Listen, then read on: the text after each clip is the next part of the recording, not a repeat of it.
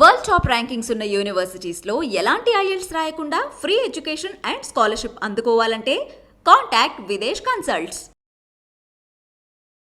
నమస్తే, welcome to I dream. నేను మీ విజిత.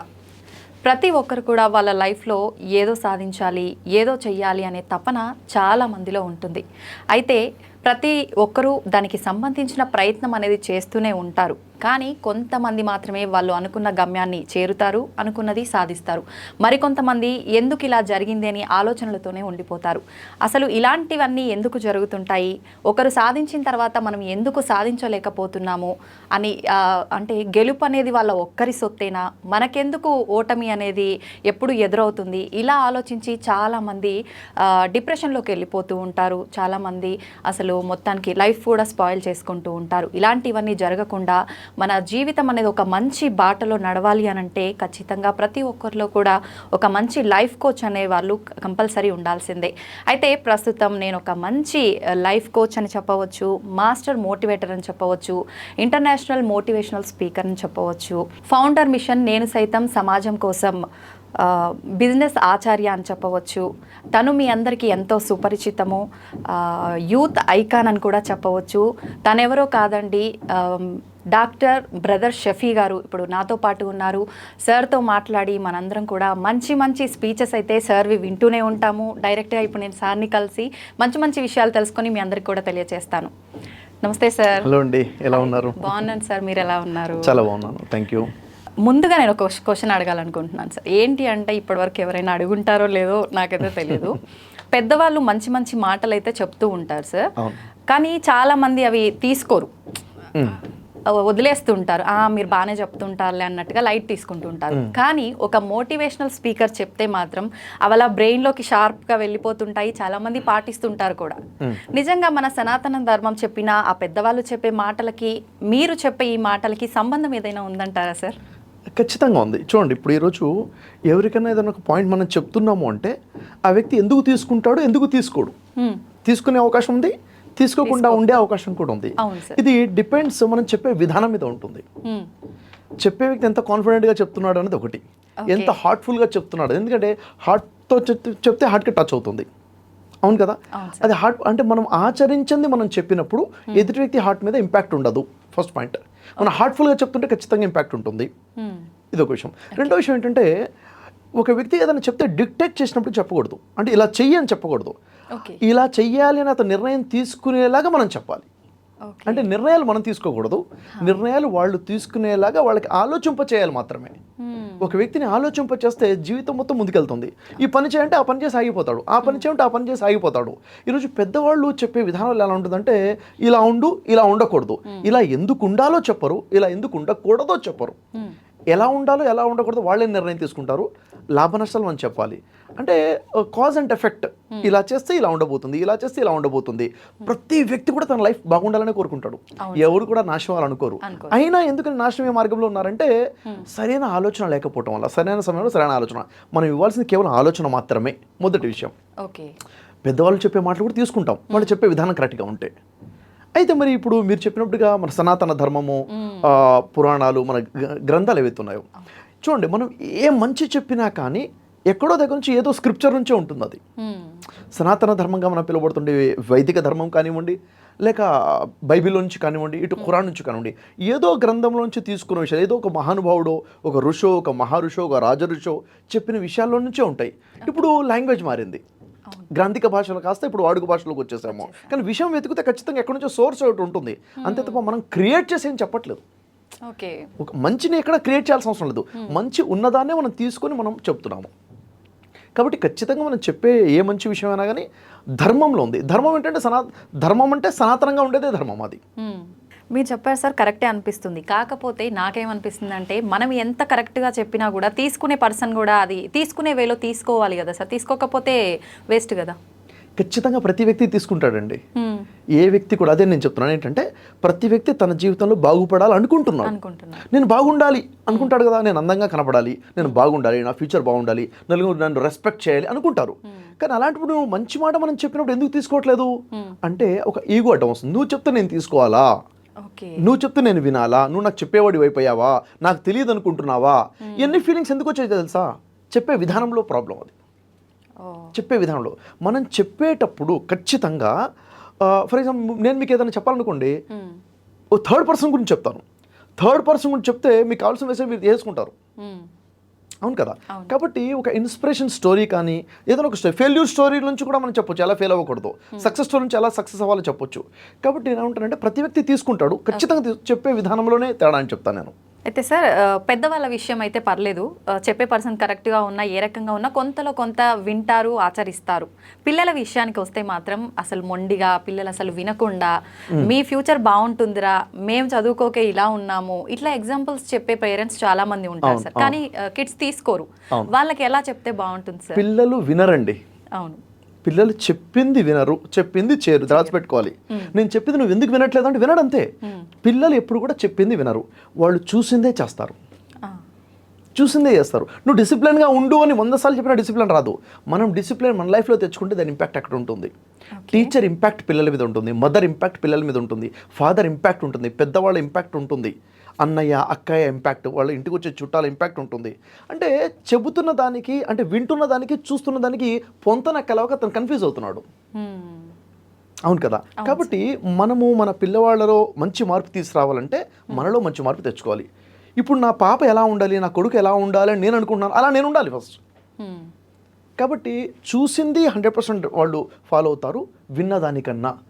ఇది ఎవరు తెలుసుకోవాలి ఇప్పుడు? మనము పెద్దవాళ్ళని తెలుసుకోవాలి ఇప్పుడు మనం. కాబట్టి మార్పు రావాల్సింది పెద్దవాళ్ళలోనే. దీని యొక్క ప్రతిబింబమే వాళ్ళ జీవితం అనేది, పెద్దవాళ్ళ ప్రతిబింబమే. మనం ఎలా ఉంటామో దాని ఇంపాక్టే, దాని రిజల్టే పిల్లవాళ్ళు కూడాను. ఓకే, అవును కదా. అవును. బట్ పేరెంట్స్, పెద్దవాళ్ళు, ఫ్యామిలీ బ్యాక్గ్రౌండ్ అంతా బాగున్న వాళ్ళు కూడా పిల్లలు కొంతమంది పాడైపోయిన వాళ్ళు ఉన్నారు సార్. మరి దాని పరిస్థితి ఏంటి? చూడండి, ఎక్కడో దగ్గర డివేట్ అవుతారండి. ఎక్కడ డివేట్ అవుతున్నారు అన్నది మనం గమనించాలి. సోషల్ మీడియాలో ఎక్కడో దగ్గర డివేట్ అవుతున్నారా, లేక ఫ్రెండ్ సర్కిల్ ఎక్కడైనా డివేట్ అవుతున్నాడా, డ్రగ్ ఎడిక్ట్ ఎక్కడ అవుతున్నాడు, లేకపోతే ఎక్కడ ఎడ్యుకేషన్ నుంచి డివేట్ అయిపోతున్నాడు, ఎక్కడ అసలు తన లైఫ్లో ఒక లక్ష్యం పెట్టుకోకుండా ఎక్కడికో వెళ్ళిపోతున్నాడు, ఇది పెద్దవాళ్ళు చూడట్లేదు. నేను బాగుంటే సరిపోదు, నా పిల్లల మీద నా మంచి ఇంపాక్ట్ పడుతుందా లేదా, నా పిల్లవాడిని నేను గైడ్ చేయగలుగుతున్నానా లేదా ఇంపార్టెంట్. పెద్దవాళ్ళు నిజంగా చెప్పాలంటే తల్లిదండ్రులు చాలా అద్భుతంగా ఉన్నటువంటి వాళ్ళ పిల్లలే చెడిపోతున్నారు అని చెప్తాను. ఎందుకు? వాళ్ళు బాగుండడంలో బిజీగా ఉన్నారు. ఎవరు తల్లిదండ్రులు అయితే స్ట్రగుల్లో ఉన్నారు వాళ్ళ పిల్లలు బాగున్నారు. ఎందుకని? వాళ్ళు స్ట్రగుల్లో ఉన్నారు, ఈ స్ట్రగుల్ మా పిల్లల్లో ఉండదని పిల్లల్లో చూసుకుంటున్నారు సక్సెస్ని. వాళ్ళ ఫోకస్ పిల్లల మీద ఉంటుంది. కాబట్టి పేరెంట్స్ ఒక రిచ్గా ఉన్న, ఎలైటెడ్గా ఉన్నప్పుడు, వాళ్ళు ఉన్నప్పుడు పిల్లల్లో ఖచ్చితంగా నెగిటివ్ ఇంపాక్ట్స్ కనిపిస్తున్నాయి. చాలా ఎగ్జాంపుల్స్, మా దగ్గర కౌన్సిలింగ్స్కి వస్తుంటారు, మా బాబు కౌన్సిలింగ్ చేయాలని. అంటే వాళ్ళు అరే వీళ్ళ ఇంట్లో ఇలాంటి ప్రాబ్లమా అనుకుంటాం, మనం ఆశ్చర్యపోతాం. ఎస్, అలాగే ఉన్నాయి నిజంగా. ఇప్పుడు స్టేట్ ర్యాంక్స్ చూడండి, ఏ విషయంలో అయినా కానీ 10th క్లాస్లో, ఇంటర్లో, స్టేట్ ర్యాంక్స్ ఎక్కడి నుంచి వస్తున్నాయి? స్ట్రగుల్ లైఫ్లో నుంచి వస్తున్నాయి స్టేట్ ర్యాంక్స్. అంటే అక్కడ గైడెన్స్ అనేది ఉంటుంది. అంటే దేనికైతే మనం విలువిస్తామో దాన్ని మనం కోల్పోము, దేనికైతే మనం విలువ ఇవ్వమో దాన్ని మనం కోల్పోతాము. పిల్లల మీద మనం ఎప్పుడైతే ఫోకస్ తగ్గిస్తామో వాళ్ళు డిబేట్ అవుతారు. అంటే పేరెంట్స్ బాగున్న పిల్లలు ఎందుకు ఉన్నారంటే ఫోకస్ కూడా తగ్గిందన్న ఆలోచన. ఓకే, ఎటువైపు పేరెంట్స్దే తప్పు అంతేనా సార్? ఎప్పుడైతే పేరెంట్గా నేను నా తప్పు అనుకుంటే, అవునా అసలు నా తప్పేంటి, నేను ఎక్కడ కరెక్ట్ అవ్వాలి, నా బాధ్యత ఏంటో నాకు తెలుస్తుంది. నా పిల్లోడిదే తప్పంటే నా పిల్లోడే మారాలని ఆలోచన ఉంటుంది తప్ప నేనెక్కడ మారాలో ఆలోచన రావట్లేదు. అవును సార్, రైట్. కాబట్టి నేనెక్కడో లోపం చేశాను, ఆ లోపం వల్ల హై ఉండొచ్చు, 99% అక్కడ తప్పు ఉంది, 1% నాది ఉంది. ఈ 1%తోనే 99% మొదలైంది. ఓకే, కాబట్టి ఇక్కడ మనం కరెక్ట్ అవ్వాలి, పేరెంట్స్లోనే కరెక్షన్ రావాలి. ఎక్కడ లోపం ఉంది, మన తప్పు మనం చూడము, చెప్పుకోము కూడా. ఎదుటి వ్యక్తి తప్పే కనిపిస్తుంది మనకు అలవాటు ముందు నుంచి. కాబట్టి మనమే అక్కడ మిస్టేక్ చేసాం కాబట్టి మనం కరెక్ట్ చేసుకుంటే అక్కడ ఖచ్చితంగా కరెక్షన్ అవుతుంది. ఓకే, ఎక్కువగా అంటే పేరెంట్స్ ఇద్దరి విషయానికి వస్తే ఎక్కువ రెస్పాన్సిబిలిటీ పిల్లల విషయంలో ఒక్కరే చూపిస్తూ ఉంటారు. ఎక్కువగా అంటే ఫాదర్ కేరింగ్గా ఉండి ఎక్కువ సపోర్ట్ చేసిన పిల్లలు బాగా వృద్ధిలోకి వస్తారు అని వింటున్నాం సార్ ఈ మధ్య కాలంలో. దాని గురించి మీరేం చెప్తారు? ఇన్ జనరల్గా ఏంటంటే ఇంట్లో ఎక్కువగా అందుబాటులో ఉండండి ఫాదర్. అవును, మదర్ ఎక్కువగా అందుబాటులో ఉంటారు. ఎక్కువగా అందుబాటులో ఉన్న వాళ్ళ ఇంపాక్ట్ తక్కువగా ఉంటుంది. ఎక్కువ క్లోజ్గా దగ్గరగా ఉన్న వాళ్ళు ప్రతిదానికి ఇలా ఉండబాకు, అలా ఉండు, అది ఇది అని చెప్పి మాట వాల్యూ తగ్గిపోయి ఉంటుంది. తండ్రి అందుబాటులో తక్కువగా ఉంటాడు కాబట్టి, తక్కువగా మాట్లాడతాడు కాబట్టి అతని మాట ఇంపాక్ట్ ఎక్కువగా ఉంటుంది, ఖచ్చితంగా ఉంటుంది. అది వాస్తవం. అంటే ఒకవేళ ఇలా ఉంటే, ఒకవేళ మదర్ అందుబాటులో లేకపోతే మదర్ ఇంపాక్ట్ ఎక్కువ ఉండొచ్చు. ఓకే. అంటే ఎవరు అవైలబిలిటీ ఉన్నారు, ఎవరు క్లోజ్గా ఉన్న వాళ్ళ ఇంపాక్ట్ తక్కువ ఉంటుంది, క్లోజ్నెస్ తక్కువ ఉన్న ఇంపాక్ట్ పేరెంట్స్ విషయంలో, అందరి విషయంలో కాదు, పేరెంట్స్ విషయంలో. సో ఖచ్చితంగా మదర్ డైలీ ఏదో ఒకటి చెప్తున్నా కానీ నాన్న నెలకోసారో 3 నెలలకోసారో మాట్లాడినా కానీ సరిపోతుంది అంటాను నేను. ఆ మాట్లాడటం అవసరం. ఓకే, మొత్తానికి ఆ టైం అనేది ఎప్పుడైనా కావాలి. ఒక కీ ఇచ్చి వదిలేస్తే నడుస్తుంటది బండి. ఓకే, ఖచ్చితంగా ఈ ఫోకస్ అనేది పేరెంట్సే ఇవ్వాలి. కానీ పేరెంట్ ఎప్పుడు కూడా నువ్వు ఇలా ఉండు అని పిల్లలకి చెప్పొద్దు. ఇలా ఉంటే లాభాలేంటో నష్టాలేంటో చెప్పాలి, ఇలా ఉంటే లాభాలేంటో నష్టాలేంటో చెప్పాలి, అంతే తప్ప ఎలా ఉండాలో వాడే డిసిషన్ తీసుకోవాలి. పిల్లవాళ్ళు నిర్ణయాలు తీసుకునేలాగా పేరెంట్స్ చేయాలి తప్ప నిర్ణయాలు పేరెంట్స్ తీసుకుని పిల్లవాళ్ళ మీద రుద్దటం తప్పు. ఈ రియలైజేషన్ పేరెంట్స్కి రావాలి. నిర్ణయం అన్నారు కాబట్టి నాదొక క్వశ్చన్ సార్. జనరల్గా చాలామంది పేరెంట్స్ పిల్లలకు నచ్చిన స్టడీస్ చదివించకుండా నువ్వు ఇది చదవాలి అది చదవాలని చాలా వరకు మారిందనే చెప్పాలి. కానీ కొంతమంది ఇళ్లలో మాత్రం పేరెంట్స్కి ఇష్టమైన గ్రూపుల్లో జాయిన్ చేయడము, తర్వాత పిల్లలు చదవలేక ఇబ్బంది పడటం, ఇలాంటివి చాలా చూస్తున్నాం. ఈ విషయంలో నిజంగా అంటే వాళ్ళు వాళ్ళ లైఫ్కి ఏ చదువు అయితే కరెక్ట్ అనేది ఎంచుకునేంత మెచ్యూరిటీ వాళ్ళకు ఉంటుందంటారా సార్? పేరెంట్స్ డెసిషన్ కరెక్ట్ ఉండకపోవచ్చు, పిల్లలకు ఉండకపోవచ్చు. ఈ విషయంలో పేరెంట్స్ ఒక స్థాయి వరకు కరెక్ట్. ఇప్పుడు పిల్లవాడు ఇంజనీరింగ్ చేద్దాం అనుకుంటున్నాడు, పేరెంట్కి ఏంటంటే లేదు డాక్టర్గా చేస్తే బాగుంటుంది ఆలోచన. ఎగ్జాంపుల్ అనుకుంటే ఇతను ఏదో చూస్తుంటాడు, ఇక్కడున్న బ్రైట్నెస్ ఈ ఫ్యూచర్ ఈ కెరీర్లో బాగుండొచ్చు, ఈ కెరీర్ బాగుండకపోవచ్చు అని. అప్పుడు ఏం చేయాలంటే పిల్లవాడిని కూర్చోబెట్టి అనాలిసిస్ చేయగలగాలి.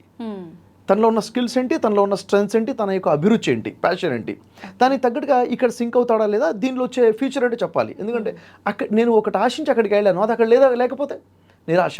అంటే పిల్లవాడి ఇక్కడ డ్రీమ్స్ ఏంటి, తను ఏం ఆశిస్తున్నాడు, మెడికల్ ఫీల్డ్లోకి వెళ్తే ఏమొస్తుంది, ఇంజనీరింగ్ ఫీల్డ్లోకి వెళ్తే ఏమొస్తుంది తనే చెప్పడం కాకుండా థర్డ్ పర్సన్తో కూడా కౌన్సిలింగ్ చేయించగలగాలి. అప్పుడు మేబీ తనే డిసిషన్ మార్చుకుంటాడేమో, అవునా లేదా? కాబట్టి ఏం చెయ్యాలని చెప్పొద్దు మన అసలు, ఏం చేస్తే ఏంటిలో చెప్పగలగాలి. చెప్తే ఖచ్చితంగా అర్థమయ్యేటట్టు చెప్పాలి. మనం చెప్పాలి, వేరే వాళ్ళతో చెప్పించాలి కూడాను. ఒకే విషయం నేను చాలా బాగా చెప్పినా మీకు అర్థం కాకపోవచ్చు, వేరే వాళ్ళు ఇంతగా నాకు తక్కువ చెప్పినా మీకు అర్థం అవ్వచ్చు. ఎందుకు? మీరు అక్కడ ఓపెన్ ఉన్నారు, వింటానికి సిద్ధంగా ఉన్నారు, యాక్సెప్ట్ చేయడానికి సిద్ధంగా ఉన్నారు. కాబట్టి ఒక మామయ్యతోనో, అంకుల్తోనో, ఒక టీచర్తోనో, కౌన్సిలర్తోనో, మోటివేటర్తోనో, లేక ఎవరో ఒకళ్ళతో కూడా చెప్పించగలాలి ఏం చేస్తే ఎలా ఉంటుందన్న విషయం. ఓకే సార్, కొంతమంది పిల్లలు ఏంటంటే రిజర్వ్డ్గా ఉంటుంటారు, ఇంట్లో వాళ్ళు చెప్తేనే తీసుకొని పిల్లలు కూడా ఉంటుంటారు. అట్లాంటి వాళ్ళు ఇప్పుడు మీరు చెప్పినట్టుగా థర్డ్ పర్సన్ ఇన్వాల్వ్ చేసి చెప్పిస్తే చాలా హట్ అవుతుంటారు, చాలా ఫీల్ అవుతుంటారు. అట్లాంటి పిల్లల విషయంలో ఏం చేయాలి సార్? పిల్లలు అంటే చెప్పేవాళ్ళ తప్పే, మళ్ళీ పిల్లలు హట్ అయ్యేలా చెప్తున్నామా? ఇప్పుడు ఉదాహరణకి నా దగ్గర కౌన్సిలింగ్ కోసం చాలామంది తీసుకొస్తుంటారు. ఒక అబ్బాయినో ఒక అమ్మాయినో పేరెంట్స్ తీసుకొచ్చారు, నాకు కౌన్సిలింగ్ అవసరమా, నాకు చెప్పిస్తారా అన్న వాళ్ళని తీసుకొచ్చి నా ముందు కూర్చోబెడితే ఇంకా స్టబ్బన్గా తయారవుతాడు, ఇంకా మొండిగా తయారవుతాడుగా, ఇంకా రిజిడ్గా అయిపోతుంది, ఇంకా క్లోజ్ అయిపోతాడు కదా. అంత క్లోజ్గా ఉన్న అబ్బాయిని లేక అమ్మాయిని మీరు 10 నిమిషాలు బయట కూర్చోండి పేరెంట్స్ బయటకు పంపించి వితిన్ 2 minutesలో ఆ పాపాన్ని లేక బాబుని ఓపెన్ అయ్యే విధంగా చేయగలుగుతాను నేను.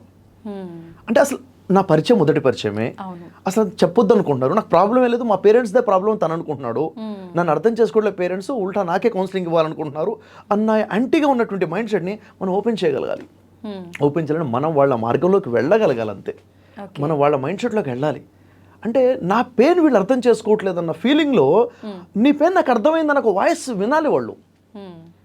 నీ వాయిస్ నా పెయిన్ వీళ్ళు అర్థం చేసుకుంటారు, అక్కడ అసలు పెయిన్ చెప్పడం మొదలవుతారు అనమాట. నమ్మకం కలుగుతుంది. ఎప్పుడు ఎందుకు మౌనంగా ఎందుకుంటారు, మాట్లాడినా లాభం లేదుగా, మాట్లాడిన వీళ్ళు అర్థం చేసుకోరుగా అన్న ఫీలింగ్ డెవలప్ అవుతూ అవుతూ అవుతూ సైలెంట్ అయిపోయారు. సో ఇక్కడ మనం ఒక వ్యక్తిని ఓపెన్ చేయడం చాలా ఇంపార్టెంట్, చాలా ఇంపార్టెంట్. ఇప్పుడు మన దగ్గర నేను కొన్ని వర్క్షాప్స్ డిజైన్ చేశాను. ఎందుకంటే మోటివేషన్ అనేది ఒక మోటివేషన్ మాత్రమే. మోటివేషన్లో మనిషికి మోటివేషన్ వస్తుంది, ట్రాన్స్ఫర్మేషన్ రావచ్చు రాకపోవచ్చు, అంటే మార్పు రావచ్చు రాకపోవచ్చు, మోటివేషనే వస్తుంది. కాబట్టి నేను దాదాపు 4 సంవత్సరాల నా పరిశీలన తర్వాత నాకు అర్థమైంది లేదు మోటివేషన్ సరిపోవట్లేదు, ఒక ట్రాన్స్ఫర్మేషన్ కోసం వర్క్షాప్స్ కావాలి అన్న ఆలోచన నేను వచ్చిన తర్వాత కొన్ని వర్క్షాప్స్ డిజైన్ చేశాను. దాంట్లో నేను డిజైన్ చేసిన వర్క్షాప్స్లో ఒకటి చేంజ్ యువర్ ఫ్యూచర్ అనే ఒక వర్క్షాప్ ఉంది. 2 days రెసిడెన్షియల్ ఉంటుందన్నమాట వర్క్షాప్. ఈ చేంజ్ యువర్ ఫ్యూచర్ వర్క్షాప్లో ఎలాంటి వ్యక్తి వచ్చినా కానీ తనను తాను తెలుసుకుంటాడు. ఇక 70 సంవత్సరాల జీవితం ఒకవైపు అయితే 2 రోజుల వర్క్షాప్ ఒకవైపు. ఇప్పటికీ 1000+ వ్యక్తులకి ఈ వర్క్షాప్ అటెండ్ అయి ఉన్నారు. వచ్చిన తర్వాత ఆ తర్వాత వాళ్ళ యొక్క రిజల్ట్స్, లైఫ్లో వచ్చిన 1 year తర్వాత వచ్చే ట్రాన్స్ఫర్మేషన్, సైలెంట్గా ఉండే అబ్బాయి ఇక్కడికి వచ్చిన తర్వాత ఎంత ఓపెన్ అయిపోయారు, క్లాస్లో లీడర్గా మారే స్థాయికి సైలెంట్గా ఉన్న పొజిషన్ వచ్చి 2 రోజుల్లోనే. ఎందుకు? ఎక్కడో క్లోజ్ అయి ఉంటుంది, అది ఓపెన్ చేయగలగాలంతే. దానికి తగ్గట్టుగా ఒకటేనండి, మాట మంత్రం అంటాం కదా, దట్స్ ఇట్. ఒక మనిషిని ఎట్లయినా మార్చొచ్చు మనము.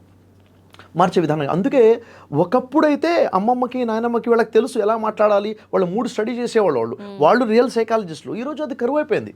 అవును సార్. కాబట్టి ఈరోజు ఒక ప్రొఫెషనల్ సైకాలజిస్ట్ హార్ట్ఫుల్గా వర్క్ చేసే వ్యక్తి అయి ఉండాలి. దాన్ని ప్రొఫెషన్గా చూడకూడదు.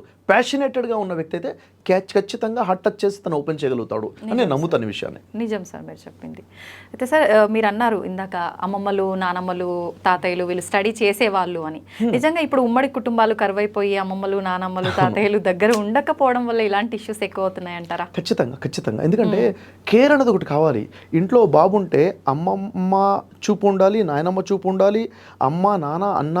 ఈరోజు ఏమైంది, మేమిద్దరం మాకిద్దరు ఒకరు చాలన్న కాన్సెప్ట్లోకి వచ్చేసాం. ఇంకా నిజంగా చెప్పాలంటే ఇది ఎంత నెగిటివ్ ఇంపాక్ట్లోకి వచ్చిందంటే ఇప్పుడు చూడండి, నేను very incident, last week incident, పెద్ద ల్యాండ్ లార్డ్స్ ఒకే బాబు.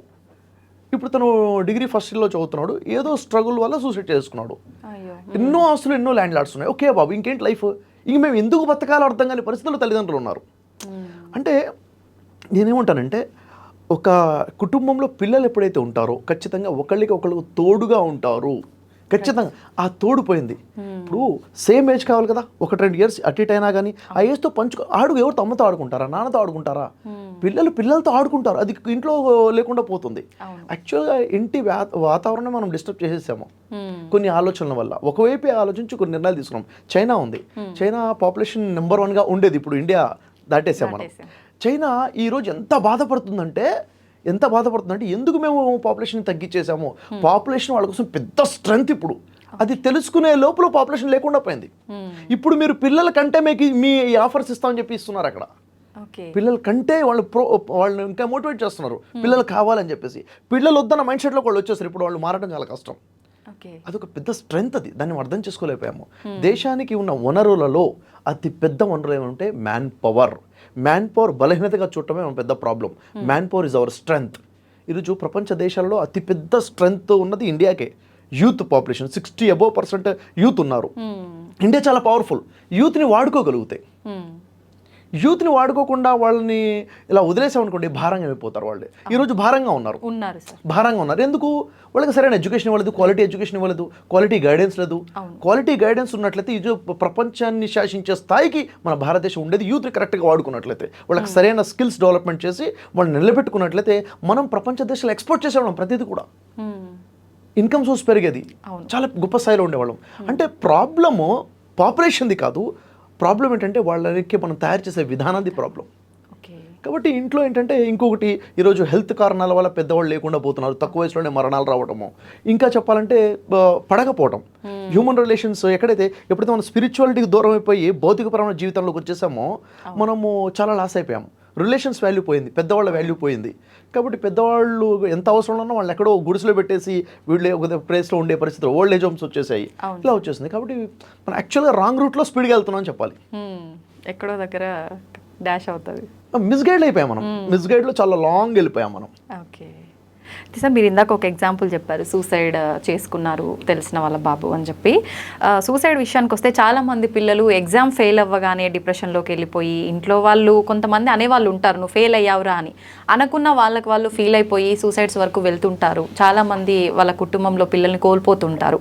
నిజంగా అది కరెక్టు రూట్ కాదు అని తెలిసి కూడా ఆ టైం వరకు ఆలోచించి కూడా ఆ మినిట్ ఇంకా తప్పదు ఇదే నాకు గతి అన్నట్టుగా చేసేస్తుంటారు.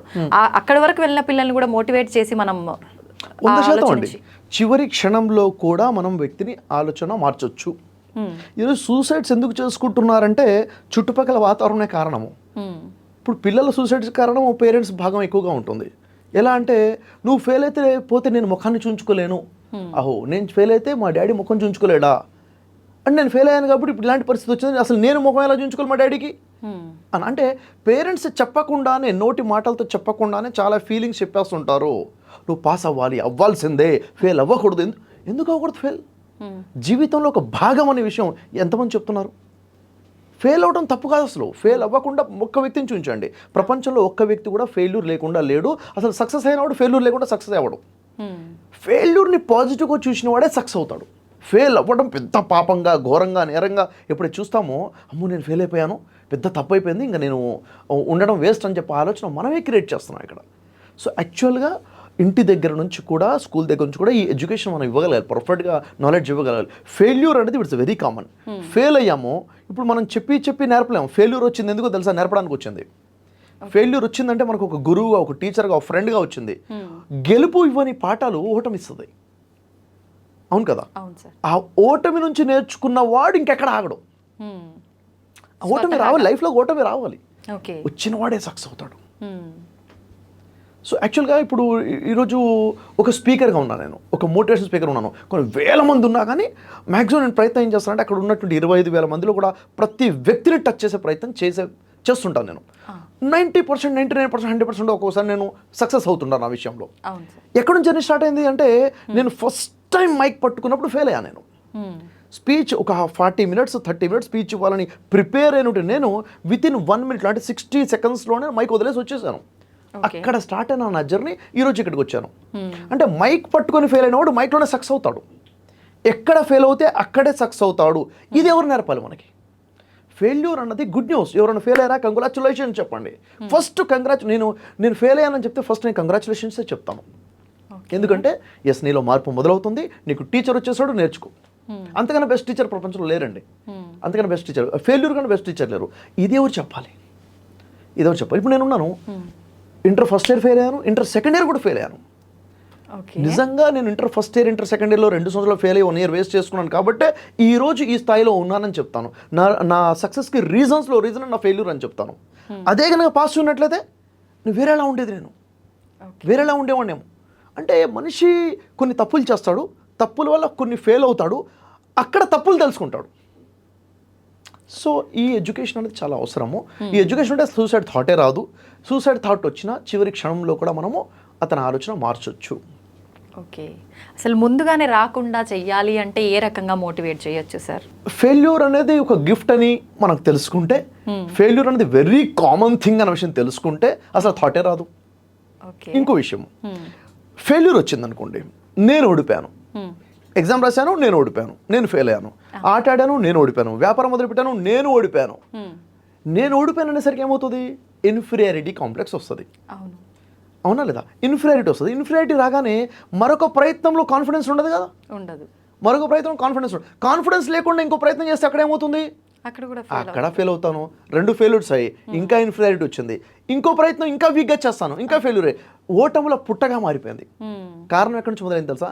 నేను ఓడిపోయాను అనుకోవటంలో మొదలైంది. అంటే ప్రాబ్లం ఎక్కడ స్టార్ట్ అయిందండి? నేను ఓడిపోయాను అనుకుంటే ప్రాబ్లం స్టార్ట్ అయిపోయింది. యాక్చువల్లీ నేను ఓడిపోలేదు. ఎవరు ఓడిపోయారు? నేను చేసిన ప్రయత్నం ఓడిపోయింది, అంటే నా అటెంప్ట్ ఓడిపోయింది.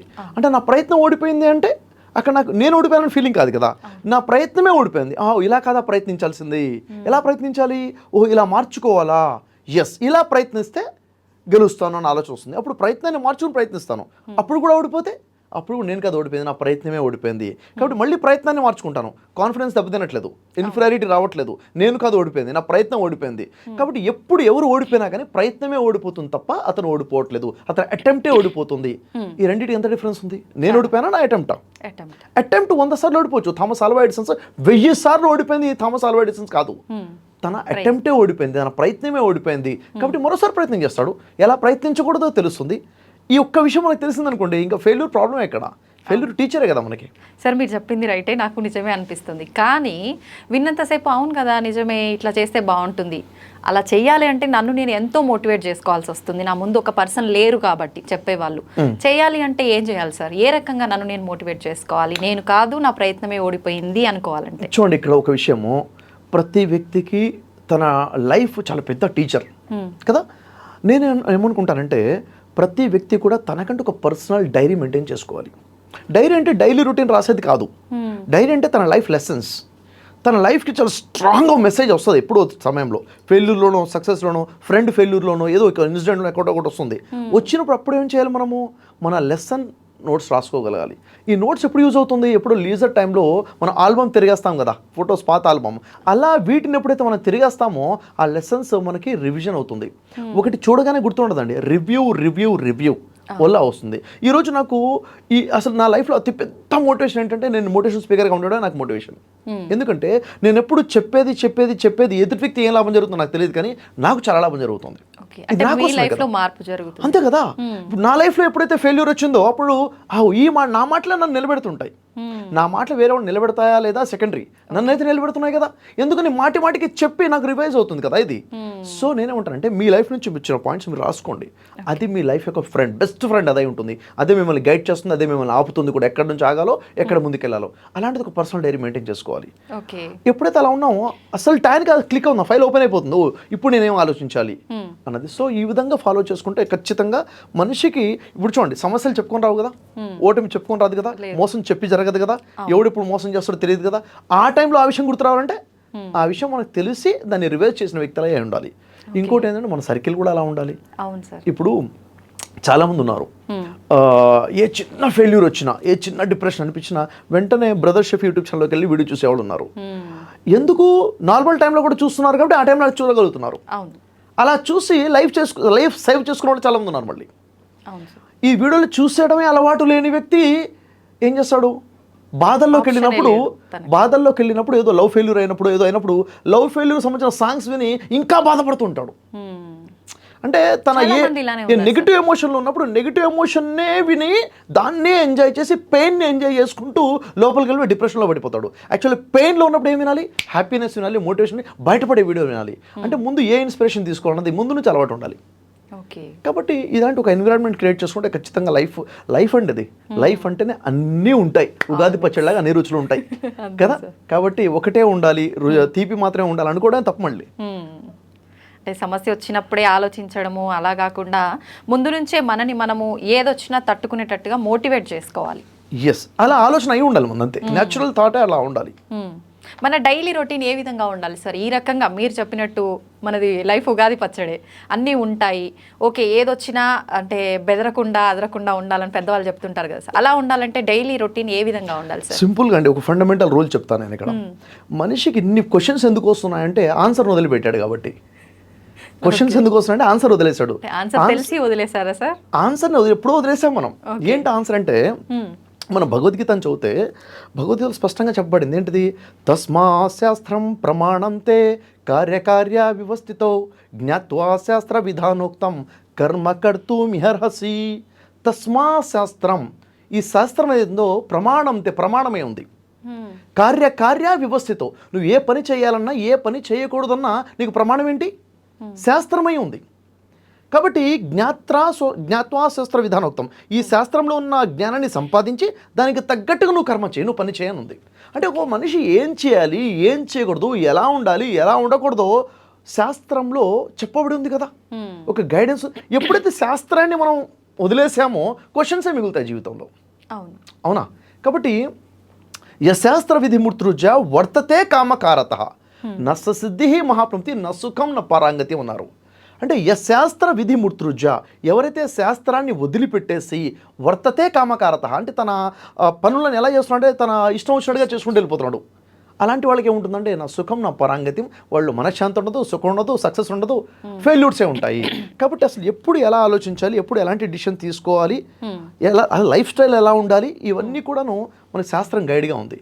మనం ఏం చేస్తామంటే శాస్త్రం అంటే అవుట్డేటెడ్ అనుకొని మనం మోడర్న్ అయిపోయామని చెప్పేసి పరిగెత్తుకుని పడి మోకాలు చెప్పులు పగలగొట్టుకుంటున్నాం జీవితంలో. ఇలా కాకుండా శాస్త్రాన్ని వదిలిపెట్టొద్దు. ఇక్కడ ఏమైపోయాయంటే నేనేమంటాను, ఒక హిందూ అంటే హిందూ అనకూడదు, ఇతను వైదికుడు. ఒక వైదికుడు తనకు నచ్చిన జీవితం గడపడం కాకుండా వైదాలు చెప్తున్న వైదిక జీవితాన్ని గడపాలి.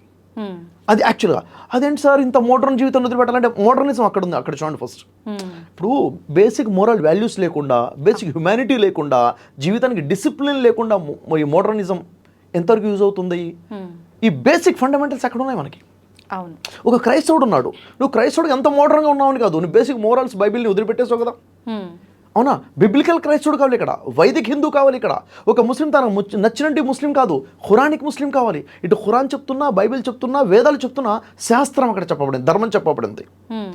ఈరోజు చూడండి, ప్రతి వ్యక్తిలో సెల్ఫిజం వచ్చేసిందా, సెల్ఫిష్ స్వార్థం. అసలు ఎవడు ఏమైపోయినా పర్లేదు, నేను బాగుండాలి అన్నది. కానీ ఏ గ్రంథం చెప్తుంది అలా? సర్వజనో సుఖినో భవంతు అంటే ఏంటి? ఈరోజు మనం జీవితం గడిపే విధానం ఏంటి? నిన్ను వల్ల నీ పొరుగువారిని ప్రేమించుము అని అంటావేంటి? నేను స్వార్థంగా ఉండడం ఎట్లా ఉంది? నీ పొరుగోడి ఆకలి నీ ఆకలి అని చెప్తున్న ధర్మం ఏమైపోయింది. ఈరోజు మనం ఎలా ఉన్నాము అంటే ఎప్పుడైతే ఇది వదిలేసామో బేసిక్ ఫండమెంటల్స్ వాల్యూస్ లేకుండా పోయాయి, మోరల్స్ లేకుండా పోయాయి. ఈ మోరల్స్ లేని జీవితంలో మనశ్శాంతి రాదు, క్వశ్చన్సే ఉంటాయి మన జీవితంలో. సో ఏం చేయాలి, తిరుగు ప్రయాణం చేయాలి. తిరుగు ప్రయాణం చేసి వేసి మన సనాతన ధర్మమైన, వైదిక ధర్మమైన, బైబిల్ అయినా, ఖురాన్ అయినా ఈ గ్రంథాలు ఏం చెప్తున్నాయి, ఈ గ్రంథాలు ఏం చెప్తున్నాయి, ఇది మెసేజ్ మనం తీసుకోవాలి. అక్కడ ఆన్సర్స్ ఉన్నాయి మనకి. ఓకే, అయితే కులమతాల టాపిక్ వచ్చింది కాబట్టి నాదొక క్వశ్చన్ సార్. ప్రస్తుతం చూసుకుంటే మాది కులం మీది కులం అని చెప్పి కులాల గురించి కొట్టుకొని చచ్చిపోయే వాళ్ళు చాలా మంది ఉన్నారు. అసలు ఎందుకు సార్ ఈ కులం అనేది అట్లా మాట్లాడుకోవడం, చర్చించడం అంత ఇంపార్టెంట్ అంటారా? ఏ విషయంలో చూసుకోవాలి అసలు ఈ కులమతాలు? అంటే ఇక్కడ ఒక విషయం అండి, మీరు అడుగుతున్న ప్రశ్న చిన్నది అనుకుంటా నేను. కులము చాలా చిన్నది, పెద్దది మతం. ఓకే, అవునా లేదా? అంటే మతాలుగా విడిపోయాం ఫస్ట్ మనం. సింపుల్గా చెప్పాలంటే మన భారతదేశం అనుకుంటే ఇప్పుడు నేను ఎవరండి, నేను భారతీయుడిని ఫస్ట్. అవును, ఐఎమ్ ఇండియన్. ఎప్పుడో మర్చిపోయాను నేను. అవును సార్, మర్చిపోయి నేను ముస్లిం అన్న విషయం గుర్తుంది నాకు, నేను హిందూ అన్న విషయం గుర్తుంది, నేను క్రైస్తవుని విషయం గుర్తుంది తప్ప నేను ఇండియన్ అన్న విషయం ఎప్పుడో మర్చిపోయాను. అవునా లేదా? అంటే అది సెకండ్, థర్డ్, ఫోర్త్ ప్లేస్లో వచ్చేసింది. We're Indians. లేదు మీరు హిందూ, నేను ముస్లిం. చూసారా డిఫరెన్స్? తేడాలు వచ్చేసాయి. వ్యక్తులు 3 రకాలు ఉంటారండి. హిందువులైన 3 రకాలు, క్రైస్తవులైన 3 రకాలు, ముస్లిమ్స్ అయినా 3 రకాలు. ఎవరా 3 రకాలు అంటే, ఒకళ్ళు మత ఛాందస్వాదులు అంటాం, మత పిచ్చి ఉన్నవాళ్ళు. కరెక్ట్ చెప్పారు. హిందువుల్లో ఉన్నారు, క్రైస్తవులు ఉన్నారు, ముస్లిమ్స్లో ఉన్నారు. వీళ్ళ వల్ల సమాజానికి చాలా నష్టం. మత పిచ్చి. వాళ్ళ ఆలోచన ఎలా ఉంటుందంటే, నా మతమే కరెక్ట్, అన్ని మతాలు తప్పు, నేనే గొప్ప, అందరూ తక్కువే, అసలు నేనే మనిషిని మీరు అందరూ కాదన్న స్థాయిలో ఆ మత పిచ్చి ఎక్కడ మేనేజ్ మొత్తం పిచ్చి అనమాట. మత ఛాందస్వాదుల వల్ల సమాజానికి పెద్ద నష్టం. ఈ రెండో రకం ఎవరంటే, అంటే ఒకటేమో కమ్యూనల్ అంటాం. కమ్యూనల్ అంటే మత పిచ్చి, కమ్యూనల్గా ఉంటారు. రెండోది common Hindu, common Christian, common Muslim. వీళ్ళకి పెద్ద మతం అన్న ఫీలింగ్ ఏముండదు, రొటీన్ లైఫ్ నడుస్తూ ఉంటుంది. ఏదో పండుగలు వచ్చేస్తే అప్పుడు అంత చేసుకుంటారు తప్ప రిలీజియస్ ఇంపాక్ట్ లైఫ్లో ఎక్కువ ఉండదు. కామన్. ఫస్ట్ కమ్యూనల్ అయిపోయారు, రెండోది కామన్ అయిపోయారు. మూడోది scriptural Hindu, spiritual Christian, spiritual ఉన్నటువంటి ముస్లిం అనమాట. అంటే గ్రంథపరంగా ఉన్నటువంటి, అంటే వైదిక హిందూ, బైబిల్ క్రిస్టియన్, ఖురానిక్ ముస్లిం. ఓకే, వీళ్ళు సమాజంలో వెతికినా కనబడటం తక్కువ అండి. సమాజానికి కావాల్సింది వీళ్ళు. ఎందుకంటే వైదిక హిందూ వేదాలను అనుసరిస్తూ ఉంటాడు, సనాతన ధర్మాన్ని బోధిస్తాడు. అతనే 1,00,000 మందికి రోల్ మోడల్గా ఉంటాడు. అతనే ఒక ఇన్స్పిరేషన్. అతని జీవితం ఎలా ఉంటుంది, సర్వజనో సుఖినో భవంతులా ఉంటుంది. అట్లాంటి వాళ్ళు కనిపించినా వీడు చాదస్తము నమ్మకాలను తీసేస్తుంటారు సార్. ఆ చాదస్తము గ్రంథాన్ని అర్థం చేసుకున్న వాళ్ళు, మళ్ళీ గ్రంథాన్ని అర్థం చేసుకున్న వాళ్ళ జీవితమే చాదస్తంగా ఉంటుంది. గ్రంథం చెప్తున్న సందేశం వేరండి. ఇప్పుడు నేను మిమ్మల్ని అడుగుతున్నాను, చతుర్వేదాలను చదివి జీవితం గడుపుతున్న వాళ్ళు ఎంతమంది ఉన్నారు, మీరు ఎప్పుడైనా చూసారా అంటే సమాధానం ఏముంది మన దగ్గర? లేదు కదా. ఇప్పుడు క్రైస్తవులు చాలా మంది ఉన్నారు, బైబిల్ పట్టుకొని తిరిగేస్తున్నారు. కానీ వాళ్ళు బైబిల్ చదువుతున్నారా? నేను చెప్తాను చదవట్లేదని. మరి వాళ్ళు ఫాలో అవుతున్నారు కదా సార్? ఫాలో అవుతున్నారు. ఎవరిని ఫాలో అవుతున్నారంటే వారి యొక్క పాస్టర్లను ఫాలో అవుతున్నారు. మనమేమో పండితుల్ని ఫాలో అవుతున్నాము. ఇక్కడ ముస్లిమ్స్ ఏమో ఇక్కడ ఆలింలని, మస్జిద్లో ఉన్న పండితులను ఫాలో అవుతున్నారు. అంటే ఇక్కడ గమనించాలి, 3 రకాల వ్యక్తులు: కమ్యూనల్, కామన్, అంటే గ్రంథపరంగా ఉన్నటువంటి వాళ్ళు. మన సమాజానికి కావాల్సింది లేనటువంటి వాళ్ళు ఎవరంటే వైదిక్ హిందువులు లేరు, బైబిల్ క్రిస్టియన్స్ లేరు, ఖురానిక్ ముస్లిమ్స్ లేరు. ఒకవేళ ముగ్గురు గనక ఇలా ఉంటే ముగ్గురు అన్నదమ్ముల్లా ఉంటారు. ఒక ఇంట్లో పుట్టిన 3 అన్నదమ్ములు ఎంత కలిసిమెలిసి ఉంటారో అలా ఉన్నటువంటి ఒక వైదిక్ హిందూ కానివ్వండి, ఒక బైబిల్ క్రిస్టియన్ కానివ్వండి, ఒక ఖురానిక్ ముస్లిం కానివ్వండి, అంతకన్నా ఇంకా క్లోజ్గా ఉంటారు. అంత మెచ్యూరిటీస్ ఉంటాయి, అంత ప్రేమ ఉంటాయి. అది దేవుడు బోధించాడు గ్రంథాల్లో. అదే కదా దేవుడు బోధించింది. ఎప్పుడైతే వదిలేసామో ఇప్పుడు మత పిచ్చి కమ్యూనల్ ఉన్నవాళ్ళు ఏదైతే చేస్తున్నారో అది మతం. గ్రంథంలో ఉంది ధర్మం, మనం ఆచరిస్తుంది మతం.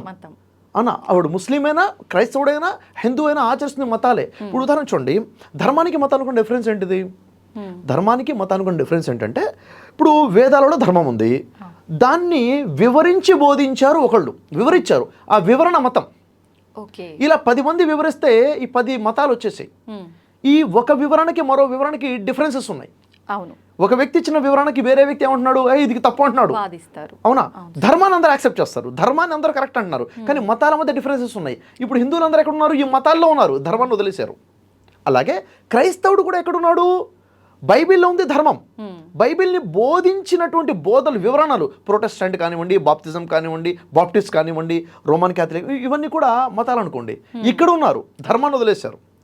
బైబిల్ చదివి బైబిల్ ప్రకారంగా నేను ఉన్నాను అని చెప్పేవాళ్ళు ఎవరు లేరు. లేరు. ఇంకా లక్షల్లో ఎవరో ఒకళ్ళు ఉన్నారంటే ఉండొచ్చు. అలాగే ముస్లింల దగ్గరికి వస్తే ధర్మం ఖురాన్లో ఉంది, కానీ ఈ ధర్మాన్ని బోధించడం కోసం బోధించిన వివరణలు ఉన్నాయి. ఇక్కడ కూడా స్కూల్ ఆఫ్ థాట్స్ ఉన్నాయి. ఇవన్నీ కూడా మతాలే, ఇంకా ఉదయం చెప్పాలంటే మజాబ్స్ అంటారు. ముస్లిమ్స్ ఇక్కడ ఉన్నారు, ధర్మాన్ని వదిలేశారు. కాబట్టి ఏం చేయాలి? ఒక మజబ్లో ఉన్నటువంటి ముస్లిం ఈ మజబ్ను వదిలేసి, స్కూల్ ఆఫ్ థాట్స్ను వదిలేసి ఖురాన్లోకి వెళ్ళిపోవాలి. అది ధర్మం. క్రిస్టియన్ ఏం చేయాలి? తను బోధకులు బోధిస్తున్న బోధనలు వదిలేసి బైబిల్లోకి వెళ్ళిపోవాలి. అది ధర్మం. ఒక హిందూ ఏం చేయాలి? పండితులు బోధించినటువంటి ఇది శైవం అని, వైష్ణవం అని చెప్పి రకరకాలు వచ్చేది, ఇవి వదిలేసి వేదాల్లోకి వెళ్ళిపోవాలి. మతాలు వదిలిపెట్టి ఎక్కడికి వెళ్ళి ధర్మంలోకి వెళ్ళాలి. కానీ సమాజంలో ఏం జరుగుతుందంటే మత మార్పులు జరుగుతున్నాయి. ఆ మతం నుంచి ఈ మతంలోకి, ఈ మతం నుంచి ఆ మతంలోకి జంపింగ్లు నడుస్తున్నాయి అనమాట. ఏ మతం నుంచి ఏ మతంలోకి వెళ్ళినా వచ్చిన మార్పు ఏమీ లేదు. ఇక్కడ ఏం ఉద్ధరించలేదు, అక్కడికి వెళ్ళి ఉద్ధరించేది ఏమీ లేదు. మత మార్పుళ్ళు కాదండి కావాల్సింది. కావాల్సింది ధర్మ అవగాహన చేసుకొని ట్రాన్స్ఫర్మేషన్ కావాలి. ఒక మతి మార్పిడే కావాలి తప్ప మత మార్పిడి కాదు కావాల్సింది. ఆలోచనలో మార్పు రావాలి. ఇప్పుడు మీరే ఉన్నారు, నేను ఉన్నాను. నేను ఎలా ఉన్నాను? ఖురాన్ వదిలిపెట్టేసి మా పెద్దవాళ్ళు చెప్పిన మతంలో ఉన్నాను అనుకోండి. ఈ మతాన్ని వదిలిపెట్టిన ఖురానిక్ టీచింగ్స్లోకి వెళ్ళిపోవాలి. మీరు పెద్దవాళ్ళు చెప్పింది వదిలేసి వేదాల టీచింగ్స్లోకి వెళ్ళిపోవాలి. Yes or no? దీంట్లో ప్రాబ్లమా? ఏం లేదు. లేదు. అది కావాల్సింది. మీరు నా మతంలోకి రండి, నేను మీ మతంలోకి రండి అంటే ఇది ప్రాబ్లం వచ్చేసింది. మత మార్పిడి వల్ల సమాజానికి నష్టము. మత మార్పిడి కాదు కావాల్సింది. మతాలలో ఉన్నవాడు అంటే ప్రజలు వివరించిన వివరణ జీవన విధానంలో ఉన్నవాడు ధర్మంలో ఉన్న గ్రంథంలో ఉన్న ధర్మాన్ని అర్థం చేసుకోగలగాలి. అన్ని ధర్మాలు ఒకటే చెప్తున్నాయి. అన్ని ధర్మాలు ఒకే ధర్మము. వేదంలో ఉన్న ధర్మమే బైబిల్లో ఉంది, బైబిల్లో ఉన్న ధర్మమే ఖురాన్లో ఉంది, గ్రంథాల్లో ఉన్న ధర్మం ఒక్కటే. అవును కదా? అవును సార్. ఇలాంటప్పుడు ఇంకా డిఫరెన్సెస్ ఎక్కడ ఉన్నాయి చెప్పండి? లేవు. ఇప్పుడు మీకన్నా నేను గొప్పనా? మీ ధర్మం కన్నా నా ధర్మం గొప్పనా? లేదుగా. ఒకటే ధర్మం కదా అందరి దగ్గర ఉంది. Yes or no? ధర్మం ఏం బోధిస్తుందండి? ధర్మం ఫండమెంటల్గా బోధిస్తుంది ఏంటంటే మానవులందరికీ కర్త ఒకడు ఉన్నాడు, ఆ సర్వేశ్వరుడు ఒకడు ఉన్నాడు, అక్షర పరబ్రహ్మ ఉన్నాడు, భగవంతుడు ఉన్నాడు, పైన సృష్టికర్త ఉన్నాడు. ఆయన ఉన్నాడు, ఉండి ఖాళీగా లేడు. ఆయన చూస్తున్నాడుగా, ఆయన వింటున్నాడుగా, ఆయన గమనిస్తున్నాడుగా, మన హృదయ లోతులు తెలిసినవాడుగా, ప్రశ్నిస్తాడుగా. నేను సమాధానం చెప్పుకోవాలి కదా. ఇది ధర్మం. ఇది ధర్మం. ఈ జీవితమే అంతం కాదు. గ్రంథాలు ఏం చెప్తున్నాయి? ఈ జీవితం అంతం కాదు. పుట్టుకకు ముందు ఓ జీవితం ఉండే, పుట్టుక తర్వాత ఓ జీవితం ఉంది. నేను ఇక్కడికి రాకముందు నా ఆత్మ ఉంది కదా, ఉంది కదా. నేను చనిపోయిన తర్వాత ఆత్మ ఉంటుంది కదా, దాన్ని పరలోకం ఉంటున్నాం. అక్కడ మోక్షం ఉంది, అంటే శాశ్వత స్వర్గం ఉంది, శాశ్వత నరకం అనేది ఒకటి ఉంది. అవును కదా? అంటే ఇక్కడ మనం చేసేటటువంటి కర్మలు మంచిగా ఉంటే మరణానంతరం జీవితం నాకు ఆనందమయంగా ఉంటుంది. ఇక్కడ ఘోరాలు నేరాలు చేసుకుంటూ జీవితం గడిపితే మరణానంతరం మొత్తం కూడా భయంకరమైన బాధలతో కూడుకొని ఉంటుంది. ఇది ఒక సంపూర్ణ అవగాహన జీవితానికి. మనకున్న అవగాహన సంక్షిప్త అవగాహన. పుట్టుక నుంచి చావు వరకు ఇదే జీవితం. ఇది సంక్షిప్తం, పార్షియల్ అవగాహన అనమాట. ఇది మనకి కంప్లీట్ అవగాహన రావాలి. అండ్ మరణం తర్వాత మరో జీవితం ఉంది. చూసేవాడు, వినేవాడు, పుట్టించేవాడు, మరణాన్ని ఇచ్చేవాడు అక్షర పరబ్రహ్మ ఎవరైతే పైన ఉన్నాడో ఆయన నన్ను ప్రశ్నిస్తాడు. ఈ జీవితం పరీక్ష మాత్రమే. ఈ మెసేజ్ ధర్మంలో ఉన్నప్పుడు ఇంకా ఎదుటి వ్యక్తిని ఎందుకు మోసం చేస్తాను, ఎందుకు అబద్ధాలు ఆడతాను, ఎందుకు కించపరుస్తాను? దేవుడు అసలే యాక్సెప్ట్ చేయని విషయం ఏంటంటే అహంకారం. అహంకారం, రవ్వంత అహంకారం ఉన్నా కానీ వాడు మోక్షాన్ని పొందలేడు. ఇప్పుడు మీకన్నా నేను గొప్ప అంటే ఏముంది ఇక్కడ? అహంకారం ఉంది కదా. అంటే ఈ విషయం తెలియకనే కదా, ఆ సంపూర్ణ అవగాహన లేకనే కదా, ధర్మజ్ఞానం లేకనే కదా. ఇక్కడ ఏమైపోతే మనం దారి తెప్పేశాం. అహంకారం వల్ల ఎదుటి వ్యక్తిని తక్కువగా చుట్టాం. నువ్వు తక్కువడివి, నీ కులం తక్కువ. అర్థమైపోయిందా? నా కులం పెద్దది, నీ మతం తప్పు, నా మతం పెద్దది, అసలు నీ దగ్గర ధర్మమే లేదు, నా దగ్గర ధర్మం ఉంది, నేను దేవుడి బిడ్డను, నువ్వు దేవుడి బిడ్డవి కాదు. చూసారా? అసలు నిజంగా దేవుడి బిడ్డ అయితే అలా మాట్లాడతాడా? దేవుడి అంటే దేవుడిని తెలుసుకున్న దేవుడి భక్తుడు అయితే. భాషలు తేడా ఉన్నాయనుకోండి. ఇప్పుడు గ్రాంధిక వైదిక భాష వేరుగా ఉంటుంది, బిబ్లికల్ భాష వేరుగా ఉంటుంది, ఖురానిక్ భాష, మూడు తెలుగైనప్పటికీ కానీ భాషలో తేడా భావం ఏంటి అన్నది తెలుసుకోవాలి. కాబట్టి నేను చెప్పేది ఏంటంటే ప్రతి వ్యక్తి కూడా తన దగ్గర ఉన్న ధర్మాన్ని, తన దగ్గర ఉన్న గ్రంథాలను అర్థం చేసుకుంటే డిఫరెన్సెస్ ఉండవు. మతాలే లేకపోతే కులాలు ఏడ నుంచి వస్తాయి అన్నది నా ప్రశ్న. అవును కదా? అవును సార్. అయితే మరి కులం గురించి ఏంటంటారు? కులం ఒక మనిషి చేసే పనిని బట్టి కులం అనుకుంటే నో అబ్జెక్షన్. వృత్తికి మాత్రమే. తను చేసే పనిని బట్టి కులం అనేది ఒకటి వచ్చింది. అవును. మరి ఒకవిడు చేసిన పని తన కొడుకు కూడా చేస్తాడా? చేయకపోవచ్చు కదా. అవును. అవునా లేదా? కాబట్టి నువ్వు ఈ కులం, నువ్వు ఈ పనే చేయాలి, ఇంకే పని చేయకూడదు కాదు. ఒకప్పుడు అలా ఉండేది. వాళ్ళందరూ కూడా ఆ విషయంలో స్కిల్డ్గా ఉండేవారు. ఆ విషయంలోనే వాళ్ళు రాణించేవారు, వాళ్ళ సంతానం వాళ్ళ వంశం అలాగే ఉండేది దాన్ని బ్రేక్ అయిపోయినాయి కదా ఇప్పుడు. అవునా లేదా? ఎవరైనా ఏదైనా పని చేసుకుంటూ ముందుకెళ్తున్నారు. కాబట్టి ఒక రికగ్నిషన్ ఉండొచ్చండి. ఫర్ ఎగ్జాంపుల్ నేను ఫలానా వంశాన్ని ఎందుకు మర్చిపోతాం? నేను ఫలానా వంశం, నా పూర్వీకులు ఉన్నారు, మా తాత ముత్తాతలు ఉన్నారు, ఈ వంశానికి సంబంధించిన వాడిని, కానీ నేను ఇప్పుడు ఇలా చేస్తున్నాను కదా. కాబట్టి ఇది ఒక అవగాహన అనమాట. కాబట్టి ఒక మనిషి ఆలోచనలు ఇంపార్టెంట్, చేసే పనులు ఏవైతే ఉన్నాయో నేర్చుకుంటూ ముందుకెళ్తాము, గ్రంథ వెలుగులో ఉండాలి. ఓకే, చాలా కరెక్ట్ సార్ మీరు చెప్పింది. నిజంగా కులం అనేది చూసుకోవాల్సింది వృత్తిపరంగా మాత్రమే, అది కూడా కొంతవరకే, చేస్తున్నంత కాలం అంతే. అయితే ఇప్పుడు ఒక వృత్తి ఈ వృత్తి చేస్తున్నారు కాబట్టి మీ కులం ఇది అనుకుంటే, మరి నువ్వు తక్కువ కులము అంటే సరే, వాళ్ళు లేకుండా పోతే నువ్వు బతకగలుగుతావా? లేదు. వాళ్ళ అవసరం నీకుంది కదా, వాళ్ళ మీద నువ్వు డిపెండ్ అవుతున్నావు కదా. డిపెండ్ అయ్యేవాడు గొప్పవాడా?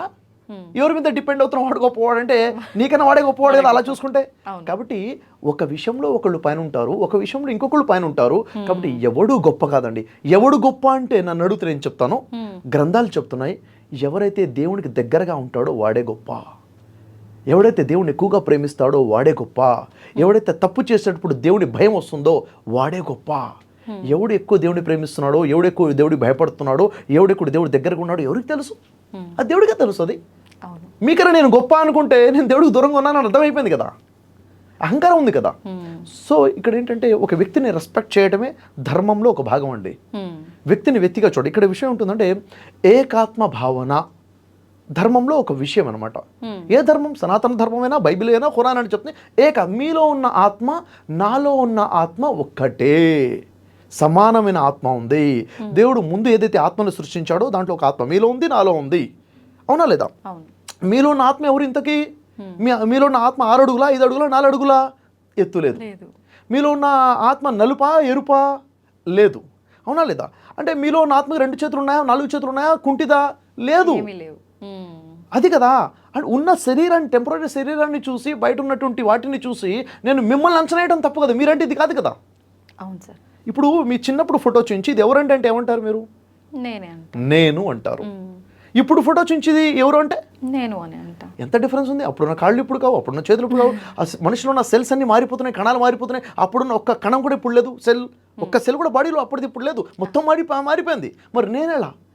నేను అంటే ఈ బాడీ కాదు, లోపల ఉన్న ఆత్మ. నేను మిమ్మల్ని చూసినప్పుడు మీలో ఉన్న ఆత్మ, నాలో ఉన్న ఆత్మ ఒకటే, రెండు కూడా సృష్టించబడింది సృష్టికర్త భగవంతుడి ద్వారా ఉన్నప్పుడు నేను మీకంటే గొప్ప ఎలా, మీరు నాకంటే తక్కువ ఎలా? ఏకాత్మ భావన. ఇది ధర్మం తెలిసినవాడు మాట్లాడతాడు. ఇక్కడ తక్కువ ఎక్కువ లేవు. ఇంకా చేసే పని, ఒక పని మీ అవసరం నాకు ఉండొచ్చు, నా అవసరం మీకు ఉండొచ్చు. అందరూ ఉంటేనే సమాజం. ఇదే ఒక పరీక్ష. అవును కదండి? అవును సార్. అందరూ ఉండాలి, మీరు అన్నట్టుగా అందరూ ఒకటే అనే భావనలో ఉండాలి. అందరూ ఉండాలి, అందరి అవసరం అందరికీ ఉందన్న విషయం తెలియాలి సార్. నిజం. ఎవరు గొప్ప చెప్పండి? ఇప్పుడు గొప్ప గొప్ప గొప్ప కాదనేది ఏముంది సార్? అందరూ ఒకటే అయినప్పుడు గొప్ప కాదనేది ఉంది. ఎవరైతే దేవుడిని ఎక్కువగా ప్రేమిస్తున్నాడో, ఎవరైతే దేవుడికి ఎక్కువగా భయపడతాడో, పాపాలు చేసేటప్పుడు ఎవరైతే దేవుడికి సన్నిహితంగా ఉన్నాడో ఆయనే గొప్ప. అది ఎవరు అన్నది మనకి ఎవరికి తెలియదు. నేను దేవుడికి భయపడతానా లేదా, నేను దేవుడిని ప్రేమిస్తానా లేదా, ఎంత ప్రేమిస్తానో, ఎలా కొలుస్తారో, ఎవరు కొలుస్తారు, అది ఇన్నర్ ఫీలింగ్. ఎలా కంపేర్ చేస్తాం? లేదు. కాబట్టి అది మనిషికి తెలిసే విషయం కాదు. గొప్ప ఎవరో గొప్పదే, అది దేవుడికే తెలుసు, మనకు తెలియదు. ఓకే, అవును కదా. నేను గొప్ప అనుకున్న క్షణంలోనే అక్కడ ఏమొచ్చింది? అహంకారం వచ్చింది. గొప్ప కాదని తెలిసిపోయింది అక్కడ. ఓకే, కానీ చాలా వరకు ప్రతి ఒక్కరు ఇదే ఫీలింగ్తో ఉంటుంటారు సార్. ఆ ఫీలింగ్ అసలు ఎందుకు వస్తుంది సార్? తెలియక. ఏం తెలియక? జీవితం గురించిన సంపూర్ణ అవగాహన లేకపోవటం వల్ల. సంపూర్ణ అవగాహన అంటే మరణానంతర జీవితం కూడా ఉంది. మరణంతోనే జీవితం అయిపోయింది అనుకుంటే పాక్షిక అవగాహన, పార్షియల్ విజన్ అనమాట అది. సంపూర్ణ అవగాహన ఉందంటే ఓహో జీవితం తర్వాత మరి జీవితం ఉందంటే ఈ జీవితాన్ని ఇచ్చింది ఎవరు? భగవంతుడు సృష్టికర్త, అక్షర పరబ్రహ్మ. పైన ఉన్నాడు యెహోవా, అల్లా. భాషలు వేరువేరుగా ఉన్నాయి, పైన ఉన్నవాడు ఉన్నాడు. మరి ఆయన ఈ జీవితాన్ని ఇచ్చినాడు కదా, తీసుకెళ్లేది కూడా ఆయనే కదా. ఎందుకు ఇచ్చాడు? పరీక్ష నిమిత్తం ఇచ్చాడు. పరీక్ష నిమిత్తమే ఆలోచన ఇచ్చాడు, బుద్ధి వివేకాలు ఇచ్చాడు, విచక్షణ ఇచ్చాడు. మంచి చేస్తావా, చెడు చేస్తావా, అవునా లేదా, మానవత్వంతో కలిగి ఉంటావా, సెల్ఫిష్గా ఉంటావా, మోరల్ వాల్యూస్ ఉంటాయా, ఇమ్మోరల్స్ ఉంటాయా, నువ్వు ఎలా జీవితం గడుపుతావు, నీ లైఫ్లో వచ్చే సిచ్యువేషన్స్ కూడా దేవుడు పెడతాడు. పరీక్ష. శాస్త్రాల్లో చెప్పబడ్డ విషయం ఏంటంటే రేపు మరణానంతరం దేవుడు ప్రశ్నించే కొన్ని ప్రశ్నలు ఉన్నాయి. దేవుడు ప్రశ్నిస్తాడు. నేను ఆకలిగా ఉండి అన్నం పెట్టు అని నిన్ను అడుగుతూ నువ్వు నాకు అన్నం పెట్టలేదుగా అంటాడు దేవుడు. ఓ దేవుడా, నువ్వు ఆకలిగా ఉండడం ఏంటి, నువ్వు నన్ను అన్నం పెట్టు అని అడగడం ఏంటి, నేను అన్నం పెట్టకపోవడం ఏంటి అంటే, ఫలానా రోజు ఫలానా ప్రాంతంలో ఫలానా వ్యక్తి వచ్చేసి నిన్ను ఆకలిగా ఉంది అన్నం పెట్టు అని అడిగాడే, అది ఏర్పాటు నేనే చేశాను. అక్కడ కనుక అతనికి నువ్వు అన్నం పెట్టి అతని ఆకలి తీర్చినట్లయితే నా సంతోషాన్ని నువ్వు పొందుండేవాడివి. ఈ పరీక్ష ఎవరు ఏర్పాటు చేశారు? భగవంతుడు. నా స్నేహితుడికి కష్టం రావడం అది నా పరీక్ష కదా, కష్టాల్లో ఉన్నవాడు నా ముందుకు రావడం ఇది నాకు పరీక్ష కదా. ఎవరు పెడుతున్నారు? భగవంతుడే. ఈ విషయం అవగాహన ఉండాలి. ఇంకా స్వార్థం ఎక్కడి నుంచి వచ్చింది? ఎదుటి వ్యక్తి కష్టాన్ని, ఎదుటి వ్యక్తి ఆకలిని తన ఆకలిగా తన కష్టంగా భావించడమే ధర్మంలో ఒక భాగము. అదే నిన్ను వలే నీ పొరుగు వారిని ప్రేమించుమని యేసువారు బైబిల్లో చెప్పినా, సర్వజనో సుఖినో భవంతుని మనం వైదిక ధర్మాలు చెప్తున్నా, నీ పొరుగుడి ఆకలి నీ ఆకలిగా భావించని ఖురాన్ ముహమ్మద్ ప్రవక్త చెబుతున్నా, ధర్మం ఒకటే. మనం ఏం చేసాం? ఈ ధర్మాన్ని తొంగలో తొత్తేసి మన ఆలోచనతో జీవితం గడుపుతున్నాము. ఇది ప్రాబ్లం. అందుకే అడుగులు వెనక్కేసుకుని మన సనాతనంగా ఉన్న మన ధర్మాన్ని పట్టుకోవాలి. ఓకే, అవునా కాదా చెప్పండి? అవును సార్. కానీ ప్రస్తుత సమాజంలో చూసుకుంటే ఇప్పుడు మీరు అన్నట్టుగా అంటే ఎదుటివారి కష్టం నా కష్టం, ఎదుటివారి ఆకలి నా ఆకలే, ఆ ప్లేస్లో నేనుంటే ఇలా ఉంటుందని ఊహించుకొని హెల్ప్ చేయాలి అన్న ఆలోచన ఎవరికైతే ఉందో వాళ్ళే ఎక్కువ ఇబ్బందులు పడటము, ఎదుటివారి చేతిలో మోసపోవడము, ఇలాంటివి చూస్తున్నాం కదా సార్. మోసపోయిన వ్యక్తి తప్పు. మోసపోవటము, ఒక వ్యక్తి మోసపోయి తను అనుకుంటే నేను చాలా మంచివాడిని అనుకుంటాడు, తను అవివేకి. మోసపోయిన వాడు నేను అమాయకుడిని కాబట్టి మోసం చేశాడు అంటమే తప్పు. నువ్వు అవివేకివి కాబట్టి నువ్వు మోసపోయావు. ఎందుకంటే ఎప్పటివరకైతే నువ్వు ఒక వ్యక్తిని నమ్మవో అతను మోసం చేయడు. ఓకే, నువ్వు నమ్మకం దేని మీద ఉండాలి? క్యాలిక్యులేటెడ్గా ఉండాలి, లాజికల్గా ఉండాలి. నేను మా ఫ్రెండ్స్ కలిపి వ్యాపారం మొదలుపెట్టుకున్నాడు, నన్ను మోసం చేసేసాడు. వ్యాపారం నువ్వు ఎలా మొదలుపెట్టావు? నీ ఇష్టానుసారంగా మొదలుపెట్టావు. దానికి కొన్ని రూల్స్ అండ్ రెగ్యులేషన్స్, లాస్ ఉన్నాయి కదా, దానికి టర్మ్స్ ఉన్నాయి కదా, కండిషన్స్ ఉన్నాయి కదా. నమ్మకం అనే పునాది మీద వ్యాపారం చేయమని ఎవరు చెప్పారు? ఓకే, బిజినెస్ లాస్ ప్రకారంగా బిజినెస్ చేయాలి కదా. దాన్ని నువ్వు తప్పు చేయడం వల్ల నువ్వు లాస్ అయ్యావు. యాక్చువల్గా ఇప్పుడు నాస్తికవాదం వచ్చేసింది చూడండి. నాస్తికులుగా నెమ్మదిగా ప్రజలు మారిపోతున్నారు. దాని నుంచి ఎక్కువ వాదన జరుగుతుంది. ఎందుకు వచ్చిందంటే దానికి కారణాలలో ఒక కారణం చెప్తాను నేను. ఒక మనిషి ఉన్నాడు, ఏదో చేస్తాడు, చేసిన తర్వాత అనుకున్నది జరగదు. నా అదృష్టంలో లేదండి, నా దురదృష్టం అంటాడు. అవునా లేదా? యాక్చువల్గా ఇక్కడ అదృష్టము దురదృష్టము మాట్లాడే హక్కు ఎవరికి ఉంది? ఇప్పుడు నేను ఏదైనా ఒకటి సాధించాలనుకున్నాను, అది సాధించడం కోసము ఆ రంగానికి సంబంధించి ఏ ప్రయత్నాలు చేయాలో నాకు క్లారిటీగా తెలిసి ఆయా ప్రయత్నాలు అంటే సరైన ప్రయత్నాలు సంపూర్ణంగా చేసిన తర్వాత, సరైన ప్రయత్నాలు సంపూర్ణంగా అంటే పర్టికులర్గా ఏవైతే చేయాలో ఆ ప్రయత్నాలు కూడా కంప్లీట్గా చేస్తే ఆ తర్వాత కూడా నాకు రిజల్ట్ రాకపోతే అప్పుడు మనకి హక్కు ఉంటుంది మనం అదృష్టం లేదు అని చెప్పడానికి.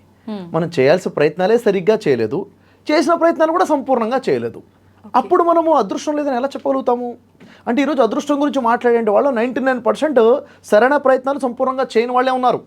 ఇలాంటి వాళ్ళ మాటలు విని ఇదేంట్రా లాజిక్ లేకుండా మాట్లాడుతున్నారు అని చెప్పేసి ఈ దేవుడు అదృష్టమో దురదృష్టం లేదన్న వాదనలు మొదలైపోయాయి.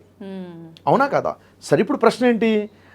సరైన ప్రయత్నాలు అంటే అన్ని ప్రయత్నాలు సంపూర్ణంగా చేసిన తర్వాత కూడా అనుకున్న జరగకపోతే ఏంటి మరి అప్పుడేమనాలి? మీరు చెప్పండి, ఏమంటారు? అప్పుడైతే అదృష్టం లేదని చెప్తాం కదా. అంతే కదా. అవును కదా. మరి అదృష్టం ఉందా లేదా? ఉంది, అదృష్టం ఉంది, ఖచ్చితంగా ఉంది. ఇప్పుడు చూడండి, అదృష్టం ఉందా లేదా అనేది ఒక ప్రశ్న. అదృష్టం లేదండి, ప్రయత్నమే ఉంది, ప్రయత్నాన్ని నమ్ముకున్నవాడికి అదృష్టం అవసరం లేదంటారు. కాదండి, అదృష్టం ఉంది అనేది వాస్తవం. ఇది నిజంగా అదృష్టం ఉంది.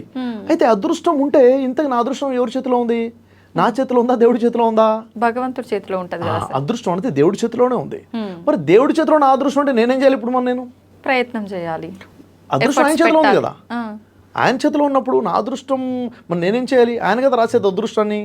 అంటే కొంతమంది నమ్ముతారు కదా సార్, న్యాయ మార్గంలో వెళ్ళి మన ప్రయత్నం మనం చేసి కష్టపడితే. అంటే దేవుడు నా అదృష్టాన్ని ఎలా రాస్తాడంటే నేను చేసే ప్రయత్నానికి తగ్గట్టుగానే దేవుడు నా అదృష్టాన్ని రాస్తాడు.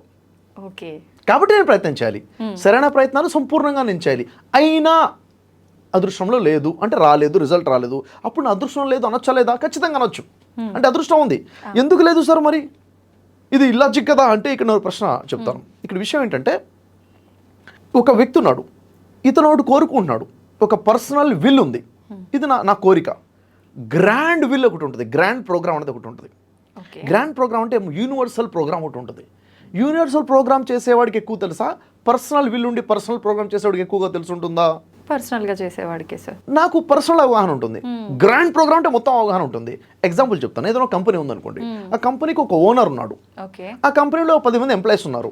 దాంట్లో ఒక ఎంప్లాయీ అంటే నేను ఈ పని చేస్తాను సార్, నేను ఈ పని నాకు బాగా వస్తుంది, నేను ఈ పని చేస్తానంటుంటే ఈ పైన ఉన్న వ్యక్తి అంటాడు లేదు ఆ పని కాదు ఇప్పుడు మనకు అవసరం ఉంది, ఈ పని చెయ్యని చెప్తాడు.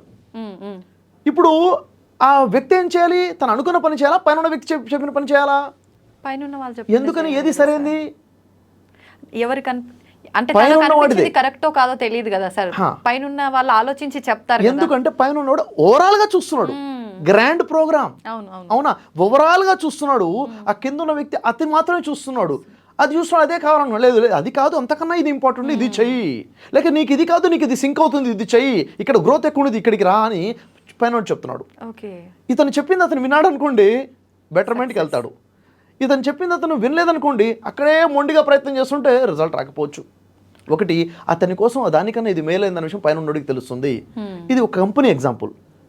కంప్లీట్ యూనివర్స్కి మన జీవితం చిన్న పాట అనుకుంటే పైన సృష్టికర్త ఉన్నాడు కదా, సర్వేశ్వరుడు ఉన్నాడు కదా, మరి ఆయనకి బాగా తెలుసు కదా, నేను కావాలని ఒక దానికోసం ప్రయత్నం చేస్తున్నాను, అది నీకు మంచిది కాదన్న విషయం తనకు తెలుసు. కాబట్టి అక్కడ రిజల్ట్ ఇవ్వలేదు, అంతకన్నా బెటర్ రిజల్ట్ వేరే దాంట్లో ఇవ్వబోతున్నాడు అన్నది మనకు తెలియాలి. ఉదాహరణకి మన డాక్టర్ ఏపీజే అబ్దుల్ కలాం గారు ఉన్నారు. వారి యొక్క విజన్ ఏమై ఉండే, వారి గోల్ ఏమై ఉండే, వాళ్ళ విల్ ఏమై ఉండే, పైలట్ అవ్వాలి, నేను పైలట్ అవ్వాలి పైలట్ అవ్వాలి పైలట్ అవ్వాలి పిచ్చి చిన్నప్పటి నుంచి అయ్యారా? అవ్వలేకపోయారు కదా, ఇదేంటిది పర్సనల్ విల్, పర్సనల్ విల్. కానీ గ్రాండ్ విల్ ఏముండే, పైన ఉన్న సృష్టికర్త విల్ ఉండే, ఆయన్ని మిజైల్ మ్యాన్గా తయారు చేసి దేశానికి పవర్గా తయారు చేయడం, దేశం కోసం ఒక పెద్ద పవర్గా తయారు చేయడం గ్రాండ్ విల్ ఉండే. అంటే పర్సనల్ విల్ అన్నది వేరు, గ్రాండ్ విల్ అన్నది వేరు. అక్కడ అదృష్టం అనేది ఉంది. ఇక్కడ ఇతని అదృష్టం అది రాసి పెట్టుంది, ఇతను దీనికోసం ప్రయత్నం చేస్తున్నాడు, ఇది రాపోయేసి నా దురదృష్టం, ఇది అదృష్టం లేదంతే, ఇంకేదో ఉంది, ఇంతకన్నా గొప్పది ఉంది. అది ఎవరికి తెలుసు? పైవాడికి తెలుసు. ఎసార్ను. కాబట్టి ఈ అవగాహన మనిషికి ఉంటే అయింది అనుకున్నది అవ్వనప్పుడు రెండు ప్రశ్నించుకోవాలి. మొదటిది, సరైన ప్రయత్నాన్ని సంపూర్ణంగా చేశానా లేదా, లేకపోతే చేయాలి, వస్తుంది, చేసినా రాలేదా, ఇది నా అదృష్టం లేదు, ఇంతకన్నా బెటర్మెంట్ ఏంటి ఆలోచించగల అనాలిసిస్ మొదలవ్వాలి, అప్పుడు ఆలోచన వస్తుంది. ఈ 2 స్టెప్స్లో మనం రిజల్ట్ చేసుకోవాలి. కానీ సార్ అంటే ఏదైనా చేయాలి అనుకున్నప్పుడు ఇప్పుడు మీరు చెప్పినట్టుగా అంటే ఏది కరెక్ట్ చూస్ చేసుకునే విధానం కూడా కరెక్ట్ ఉండాలి, ఎఫర్ట్స్ ఉంటేనే భగవంతుడు దానికి తగ్గట్టుగా మనకి ఇస్తాడు అని. కానీ ఆ టైం వచ్చేసరికి ప్రతి ఒక్కరు కూడా ఒక కన్ఫ్యూజన్లో పడిపోతారు, ఏ మార్గాన్ని ఎంచుకోవాలి, ఇది ఏది కరెక్ట్ అవుతుంది నాకు అనే దగ్గరకు వచ్చేసరికి ప్రతి ఒక్కరు కూడా ఆగిపోతారు, అక్కడికి రాగానే ముందుకెళ్లాల్సింది పోయి. ఎలా చూస్ చేసుకోవాలి సార్? అసలు ఒకటి ఏంటంటే, అసలు మనకి ఇష్టమైన ఫీల్డ్ ఏంటో చూసుకుంటాం, మనకి అభిరుచి ఏంటి, మన ప్యాషన్ ఏంటో చూస్తాం, మన ప్యాషన్కి తగ్గట్టుగా సమాజంలో రిక్వైర్మెంట్ ఉందా లేదా చూస్తాం. ఓవరాల్గా ప్రొఫెషన్ అంటే ఏంటి? ప్రొఫెషన్ అంటే సొసైటీలో ఒక డిమాండ్ ఉంటుంది, సొసైటీలో ఒక నీడ్ ఉంటుంది, లేక సొసైటీలో ఒక ప్రాబ్లం ఉంటుంది, ప్రాబ్లమ్ని కానీ నీడ్ని కానీ డిజైర్ని కానీ మన ప్యాషన్తో లింక్ కలిపి బ్రిడ్జ్ కలపడమే ఒక బిజినెస్. అవునా? మనకున్న ప్యాషన్ని ఎలా పడితే అలా మార్కెట్లో తీసుకెళ్తే యాక్సెప్ట్ చేయరు. సమాజంలో ప్రజలకున్న ప్రాబ్లంకి సొల్యూషన్ అన్న అవ్వాలి, మనం ప్రజలకున్న కోరికకైనా ఫిల్ఫిల్ అవ్వాలి, ప్రజలకున్న డిజైర్స్ అయినా ఫిల్ఫిల్ చేయగలగాలి. అవునా? ఒక పెయిన్, సమాజంలో ప్రజలకున్న ఒక పెయిన్ అన్న దూరం చేసేవాళ్ళు అయి ఉండాలి మనం. అవునా? అలా మన ప్యాషన్ని మోల్డ్ చేసి ఇవ్వాలి. అలా మోల్డ్ చేసి కనెక్ట్ చేయకపోతే అది బిజినెస్ కాదు, ప్రొఫెషన్ కాదు, ప్రాఫిటబుల్ ప్రొఫెషన్ అవ్వదు అది. అలా మోల్డ్ చేసుకోవడం పాసిబుల్ అవుతుందంటే 100% కదా, చేసుకోవాలి. దానికే ఒక మెంటర్షిప్ కావాలి లైఫ్లో. ఒక మనిషికి ఏం తెలుసు, తన జీవితం ఒక సర్కిల్ కదా, సర్కిల్ దాటి ఆలోచించాలంటే వేరే జీవితంతో మాట్లాడాలి. అంటే ఒక మెంటర్షిప్ కావాలి మనకి. ఇంకా అంతకన్నా మనకన్నా బెటర్గా సక్సెస్ అయినటువంటి, మనకన్నా ఎక్స్పీరియన్స్డ్, మనకన్నా ఏజ్డ్ ఎక్కువ, ప్రపంచం తెలిసినటువంటి ఒక వ్యక్తి మెంటర్షిప్లో ఉండాల్సిందే ఖచ్చితంగా. మనం మెంటర్షిప్ ఉన్న వ్యక్తికి మెంటర్షిప్ లేని వ్యక్తికి చాలా డిఫరెన్స్ ఉంటుంది. మళ్ళీ ఆ కరెక్ట్ పర్సన్ని చూస్ చేసుకునే విధానం కూడా బాగుండాలి కదా సార్, ఎలా ఎంచుకోవాలి ఆ పర్సన్ని కూడా? చూడండి, అసలు ఎవరిని మెంటర్గా పెట్టుకోవాలి, ఎవరిని గైడ్గా పెట్టుకోవాలి అంటే, ఎవరిని పడితే వాళ్ళని గైడ్ పెట్టుకుంటే వాడే ముంచేస్తాడు ఫస్ట్. తనకు తెలియని సలహా, ఇప్పుడు సలహా ఎవరిని అడిగినా ఇచ్చేస్తారండి, నాకు తెలియదని ఎవడు చెప్పడు, అడగకుండానే సలహాలు ఇచ్చే ప్రపంచం ఇది. అవునా? సలహా ఇచ్చేస్తాడు, ఎవరు సలహా తీసుకుంటే ఎటు వెళ్ళిపోతాం మనకు తెలియదు. ఒక వ్యక్తిని గైడ్గా పెట్టుకోవాలంటే, మెంటర్గా పెట్టుకోవాలంటే బేసిక్గా ఫండమెంటల్ కొన్ని పాయింట్స్ ఉన్నాయి. ఫస్ట్, తను ఏదో ఫీల్డ్లో సక్సెస్ అయి ఉండాలి. ఫస్ట్ మెంటర్ ఏదో ఒక ఫీల్డ్లో తను ప్రొఫెషనల్గా ఎక్కడో దగ్గర సక్సెస్ అయి ఉండాలి, ఫస్ట్ కండిషన్. రెండో కండిషన్ ఏంటంటే, తను మీకు మెంటర్షిప్ ఇవ్వడానికి తను సిద్ధంగా ఉండాలి. మూడో కండిషన్ ఏంటంటే, మన బలాలు మన బలహీనత తనకు తెలిసి ఉండాలి. నాలుగో కండిషన్, నా విజన్ ఏంటో తన క్లారిటీగా తెలిసి ఉండాలి, నా గోల్ ఏంటో తనకు క్లారిటీగా తెలిసి ఉండాలి. అంటే నా అభిరుచులు ఏంటి, నా ప్యాషన్ ఏంటో తనకు తెలిసి ఉండాలి.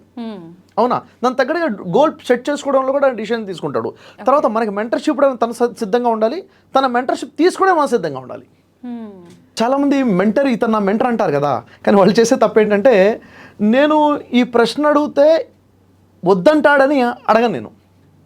నేను ఈ పని చేద్దాం అనుకుంటున్నాను, అతను అడిగితే వద్దంటాడు కదా కాబట్టి అడగకుండా చేసేస్తాను. ఓకే, దాన్ని మెంటర్షిప్ అనరు, మెంటర్షిప్లో ఉన్నట్టు కాదు.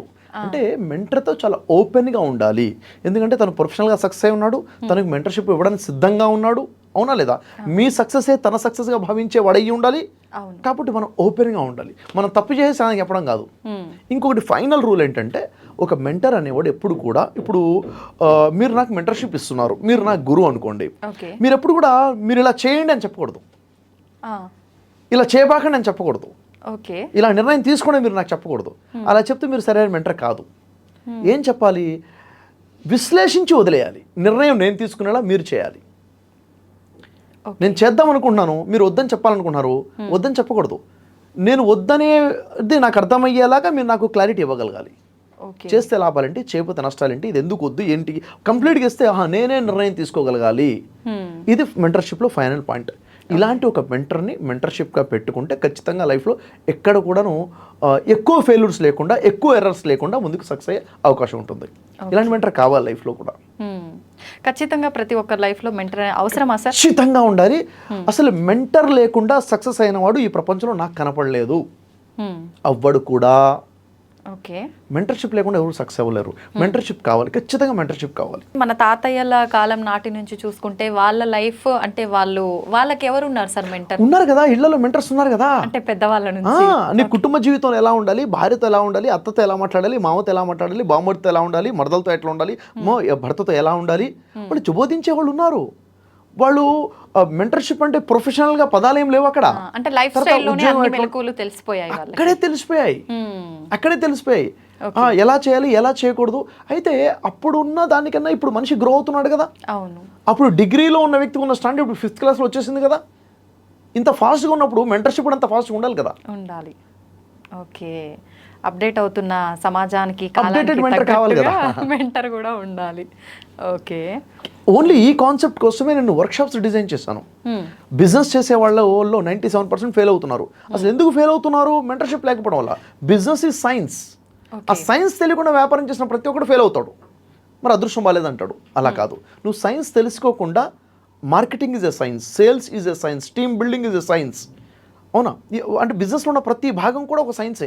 అకౌంట్స్ సైన్స్, ఆ సైన్స్ ప్రకారంగా మార్కెటింగ్ చేయాలి, సైన్స్ ప్రకారంగా సేల్స్ చేయాలి, సైన్స్ ప్రకారంగా అకౌంట్స్ మెయింటైన్ చేయాలి, సైన్స్ ప్రకారంగా మేనేజ్మెంట్ అనేది ఉండాలి, రీసెర్చ్ ఉండాలి. అది తెలియకుండా చేస్తున్నాం. కాబట్టి దాన్ని అది తెలియాలని చెప్పేసి బిజినెస్ డెవలప్మెంట్ వర్క్షాప్ అని ఆఫ్లైన్లో, గ్రో యువర్ బిజినెస్ అని ఆన్లైన్ వర్క్షాప్స్ నేను డిజైన్ చేసి పెట్టాను. ఇప్పుడు దాదాపుగా 1000కి పైగా వ్యాపారస్తులు ఇవి నేర్చుకుని వ్యాపారంలో సక్సెస్ అవుతున్నారు. అంటే గొప్ప స్థాయికి వెళ్తున్నారు, నెక్స్ట్ లెవెల్కి వెళ్ళగలుగుతున్నారు. ఇది ఉండి కూడా ఉపయోగించకపోతే మూర్ఖత్వం. అది ఉండి కూడా, అవునా లేదా? పర్సనల్ లైఫ్ విషయంలో చేంజ్ యువర్ ఫ్యూచర్ అని ఒక వర్క్షాప్ డిజైన్ చేసి పెట్టాం. ఇదేంటి, అసలు లైఫ్లో డిసిషన్స్ ఎలా తీసుకోవాలి, స్టూడెంట్ లైఫ్లో అయినా పర్సనల్ లైఫ్లో అయినా, అసలు ఎక్కడ మైండ్ సెట్ ఎలా పాజిటివ్గా ఉండాలి, దీనికోసం వర్క్షాప్. ఇంకా ఒక వ్యక్తి ఎక్కడ ఉన్నా అక్కడ లీడర్గా ఉండాలి, ఎక్కడ ఉన్నా అక్కడ నాయకుడు ఉండాలి, దానికోసం లీడర్షిప్ అనే ఒక వర్క్షాప్ ఉంది. డిఫరెంట్ వర్క్షాప్స్ ఆన్లైన్లో ఉన్నాయి, ఆఫ్లైన్లో ఉన్నాయి. ఇదేంటంటే మనిషికి గైడ్ చేయడం కోసం ఉపయోగపడతాయి. ఎందుకంటే నేను ఎప్పటి వరకు ఉంటానో నాకు తెలియదు, నేను ఉన్నా లేకపోయినా నా సమాజానికి ఏదైనా నేను ఇచ్చి వెళ్ళాలని చెప్పి వర్క్షాప్స్ డిజైన్ చేసి పెట్టాను. చాలామంది యూజ్ చేసుకుంటున్నారు దీని ద్వారా. అయితే సార్ చాలామంది అంటే వాళ్ళకు ఒక గోల్ అనేది ఉంటుంది అని చెప్తుంటారు. నీ గోల్ ఏంట్రా అంటే నేను పలానా అవ్వాలి అనుకుంటున్నాను, ఇది నా గోల్ అని చెప్పి. అసలు నిజంగా ఆ గోల్ని రీచ్ అయ్యే వాళ్ళు చాలా తక్కువ మంది ఉంటారు. ఆ గోల్ సెట్టింగ్ అనేది ఏ రకంగా ఉండాలి సార్? గోల్ని రీచ్ అయ్యే వాళ్ళు తక్కువ ఉంటారు అంటే ఒప్పుకోనండి. ఎందుకని సార్? ఎందుకంటే అసలు అది గోల్ కాదు కాబట్టి రీచ్ అవ్వట్లేదు. ఓకే, అది కేవలం వాళ్ళ డిజైర్ మాత్రమే. అంటే అది వాళ్ళ లక్ష్యం కాదు, అది వాళ్ళ కోరిక మాత్రమే కాబట్టి రీచ్ అవ్వట్లేదు. గోల్ అయితే లక్ష్యం అయితే రీచ్ అవుతారు. అవునా? 99% వాళ్ళకున్న కోరికలని, వాళ్ళకున్న డిజైర్స్నే వాళ్ళ లక్ష్యం అని, వాళ్ళ గోల్ అని అనుకుంటున్నారు, భ్రమలో ఉన్నారు అంతే. యాక్చువల్గా మనం ఏం చేయాలి, మనకున్న కోరికల్ని ఏం చేసుకోవాలి, లక్ష్యంగా మార్చుకోవాలి, మనకున్న డిజైర్ని గోల్గా మార్చుకోవాలి, గోల్ సెట్ చేసుకోవడం నేర్చుకోవాలి. ఏ రకంగా సార్? చూడండి, ఇప్పుడు ఉదాహరణకి మీరు ఏమవ్వాలనుకుంటున్నారని మిమ్మల్ని అడిగితే మీరేం చెప్తారు? వాట్ ఈస్ యువర్ గోల్ అంటే ఏం చెప్తారు మీరు? నేనున్న ఫీల్డ్లోనే ఒక మంచి పొజిషన్కి వెళ్ళాలి, ఒక మంచి పొజిషన్కి వెళ్ళాలి అన్నది డిజైర్. ఇది అంటే ఇది కోరిక. ఎందుకు గోల్ అనేది ఎలా ఉంటుందంటే, గోల్ షుడ్ బి స్మార్ట్ అంటాం. స్మార్ట్ అంటే SMART అంటాం.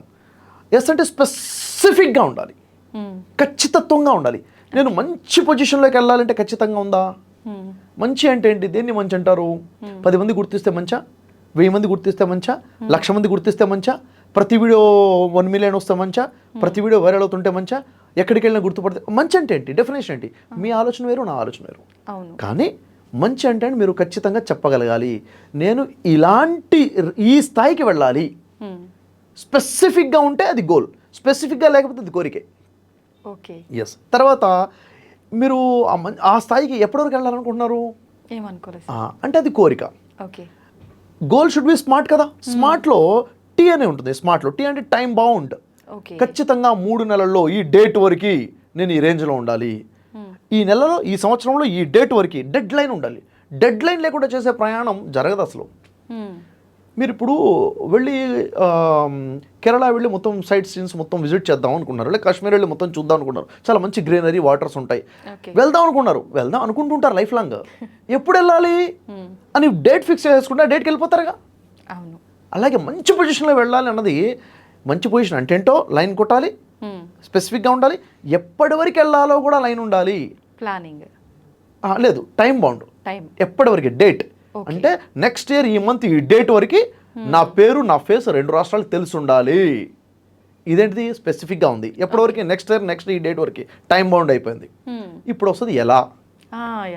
ఎలా దాన్ని వే అంటే రూట్ మ్యాప్ అంటాం. స్మార్ట్లో ఆర్ అనే అక్షరం ఉంది, ఆర్ అంటే రూట్ మ్యాప్. ఎలా వెళ్ళాలి? ఇప్పుడు మేము ఇక్కడ రావాలంటే మాకు లొకేషన్ పంపించారు, ఇక్కడ రండి అని చెప్పేసి. ఆ లొకేషన్ సరిగ్గా పంపించాలి మళ్ళీ, అవునా లేదా? అంటే మనం ఇచ్చే మ్యాప్ కూడా సరిగ్గా ఉండాలి, రూట్ మ్యాప్ సరిగ్గా ఉండాలి.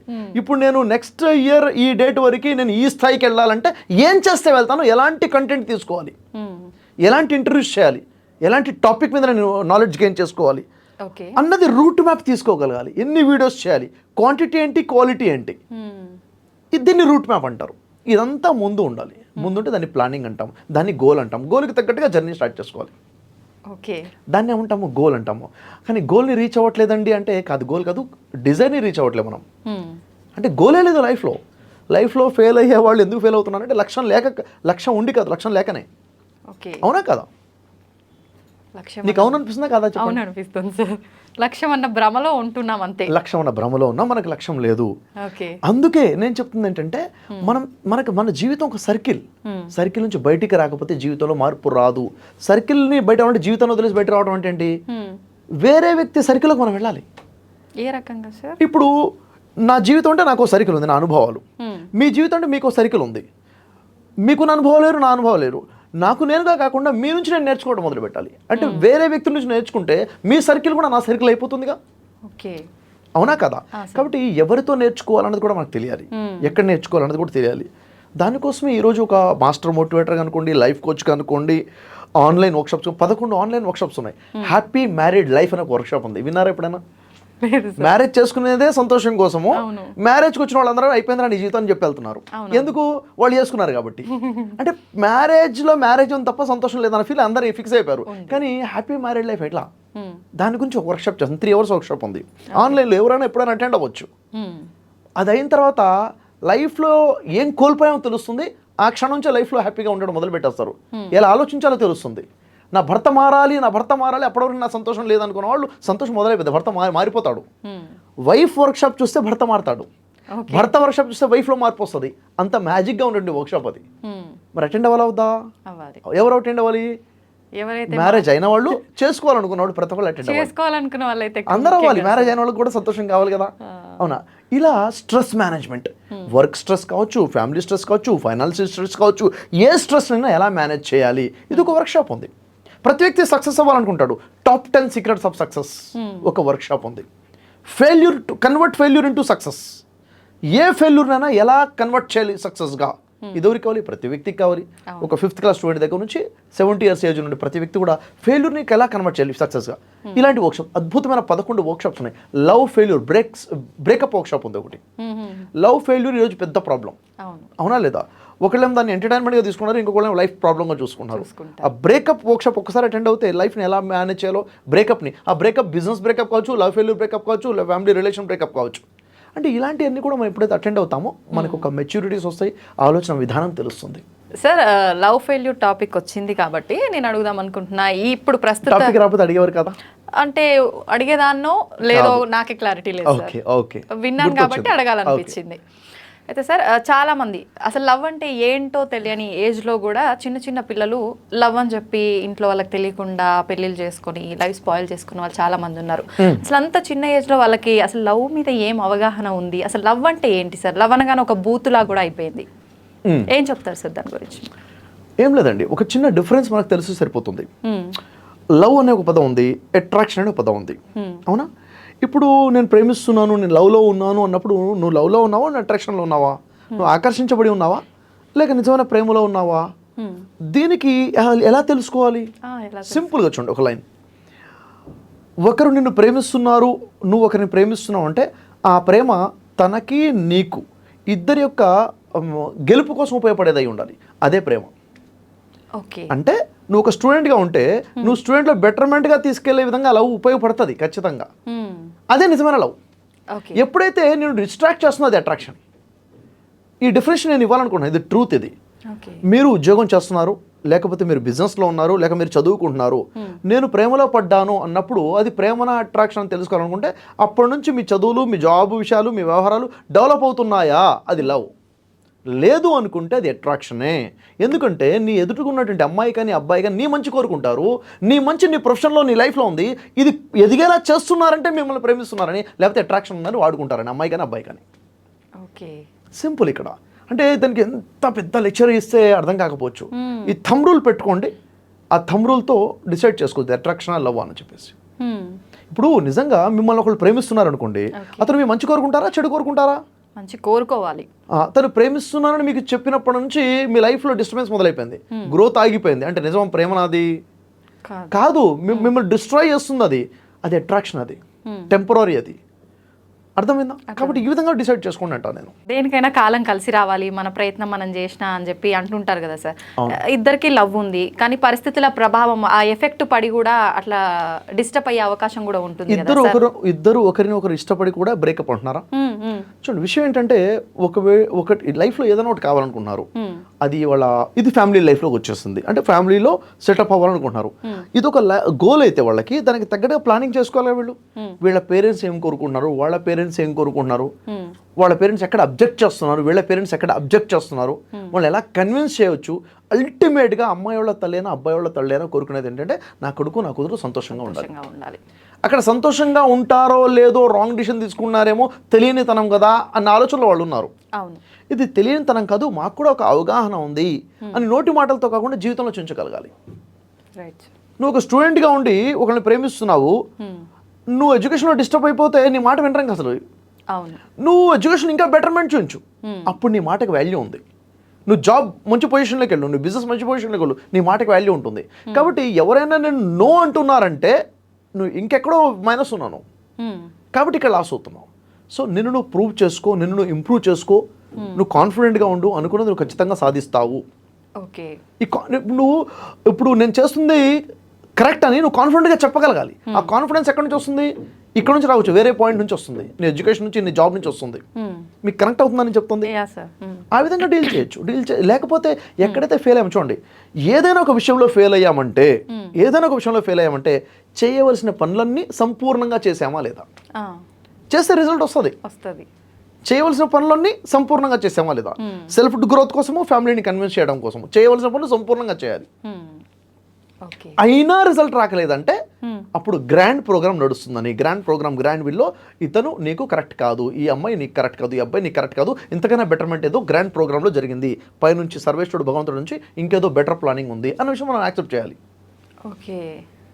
ఎందుకంటే పర్సనల్ విల్ ఒకటి ఉంది, గ్రాండ్ విల్ ఒకటి ఉంది. ఆ గ్రాండ్ విల్ అనే కాన్సెప్ట్ సంపూర్ణ అవగాహన మనకు లేకపోతే మనం డిస్టర్బ్ అవుతాం. అయితే చాలామంది లవ్ ఫెయిల్యూర్ అవ్వగానే ఇంకా అసలు లైఫ్ లేదు, అయిపోయింది అని చెప్పి పెద్ద పెద్ద నిర్ణయాలు తీసేసుకుంటుంటారు సార్. అటువంటి వాళ్ళకి ఏం చెప్పొచ్చు సార్? నేనేమంటే ఏ ఓటమి అయినా, చదువుల్లో అయినా, ప్రేమలో అయినా, ఏలో అయినా కానీ అక్కడ అది ఒక భాగం మాత్రమే జీవితంలో అంటా నేను. అదే జీవితం కాదు.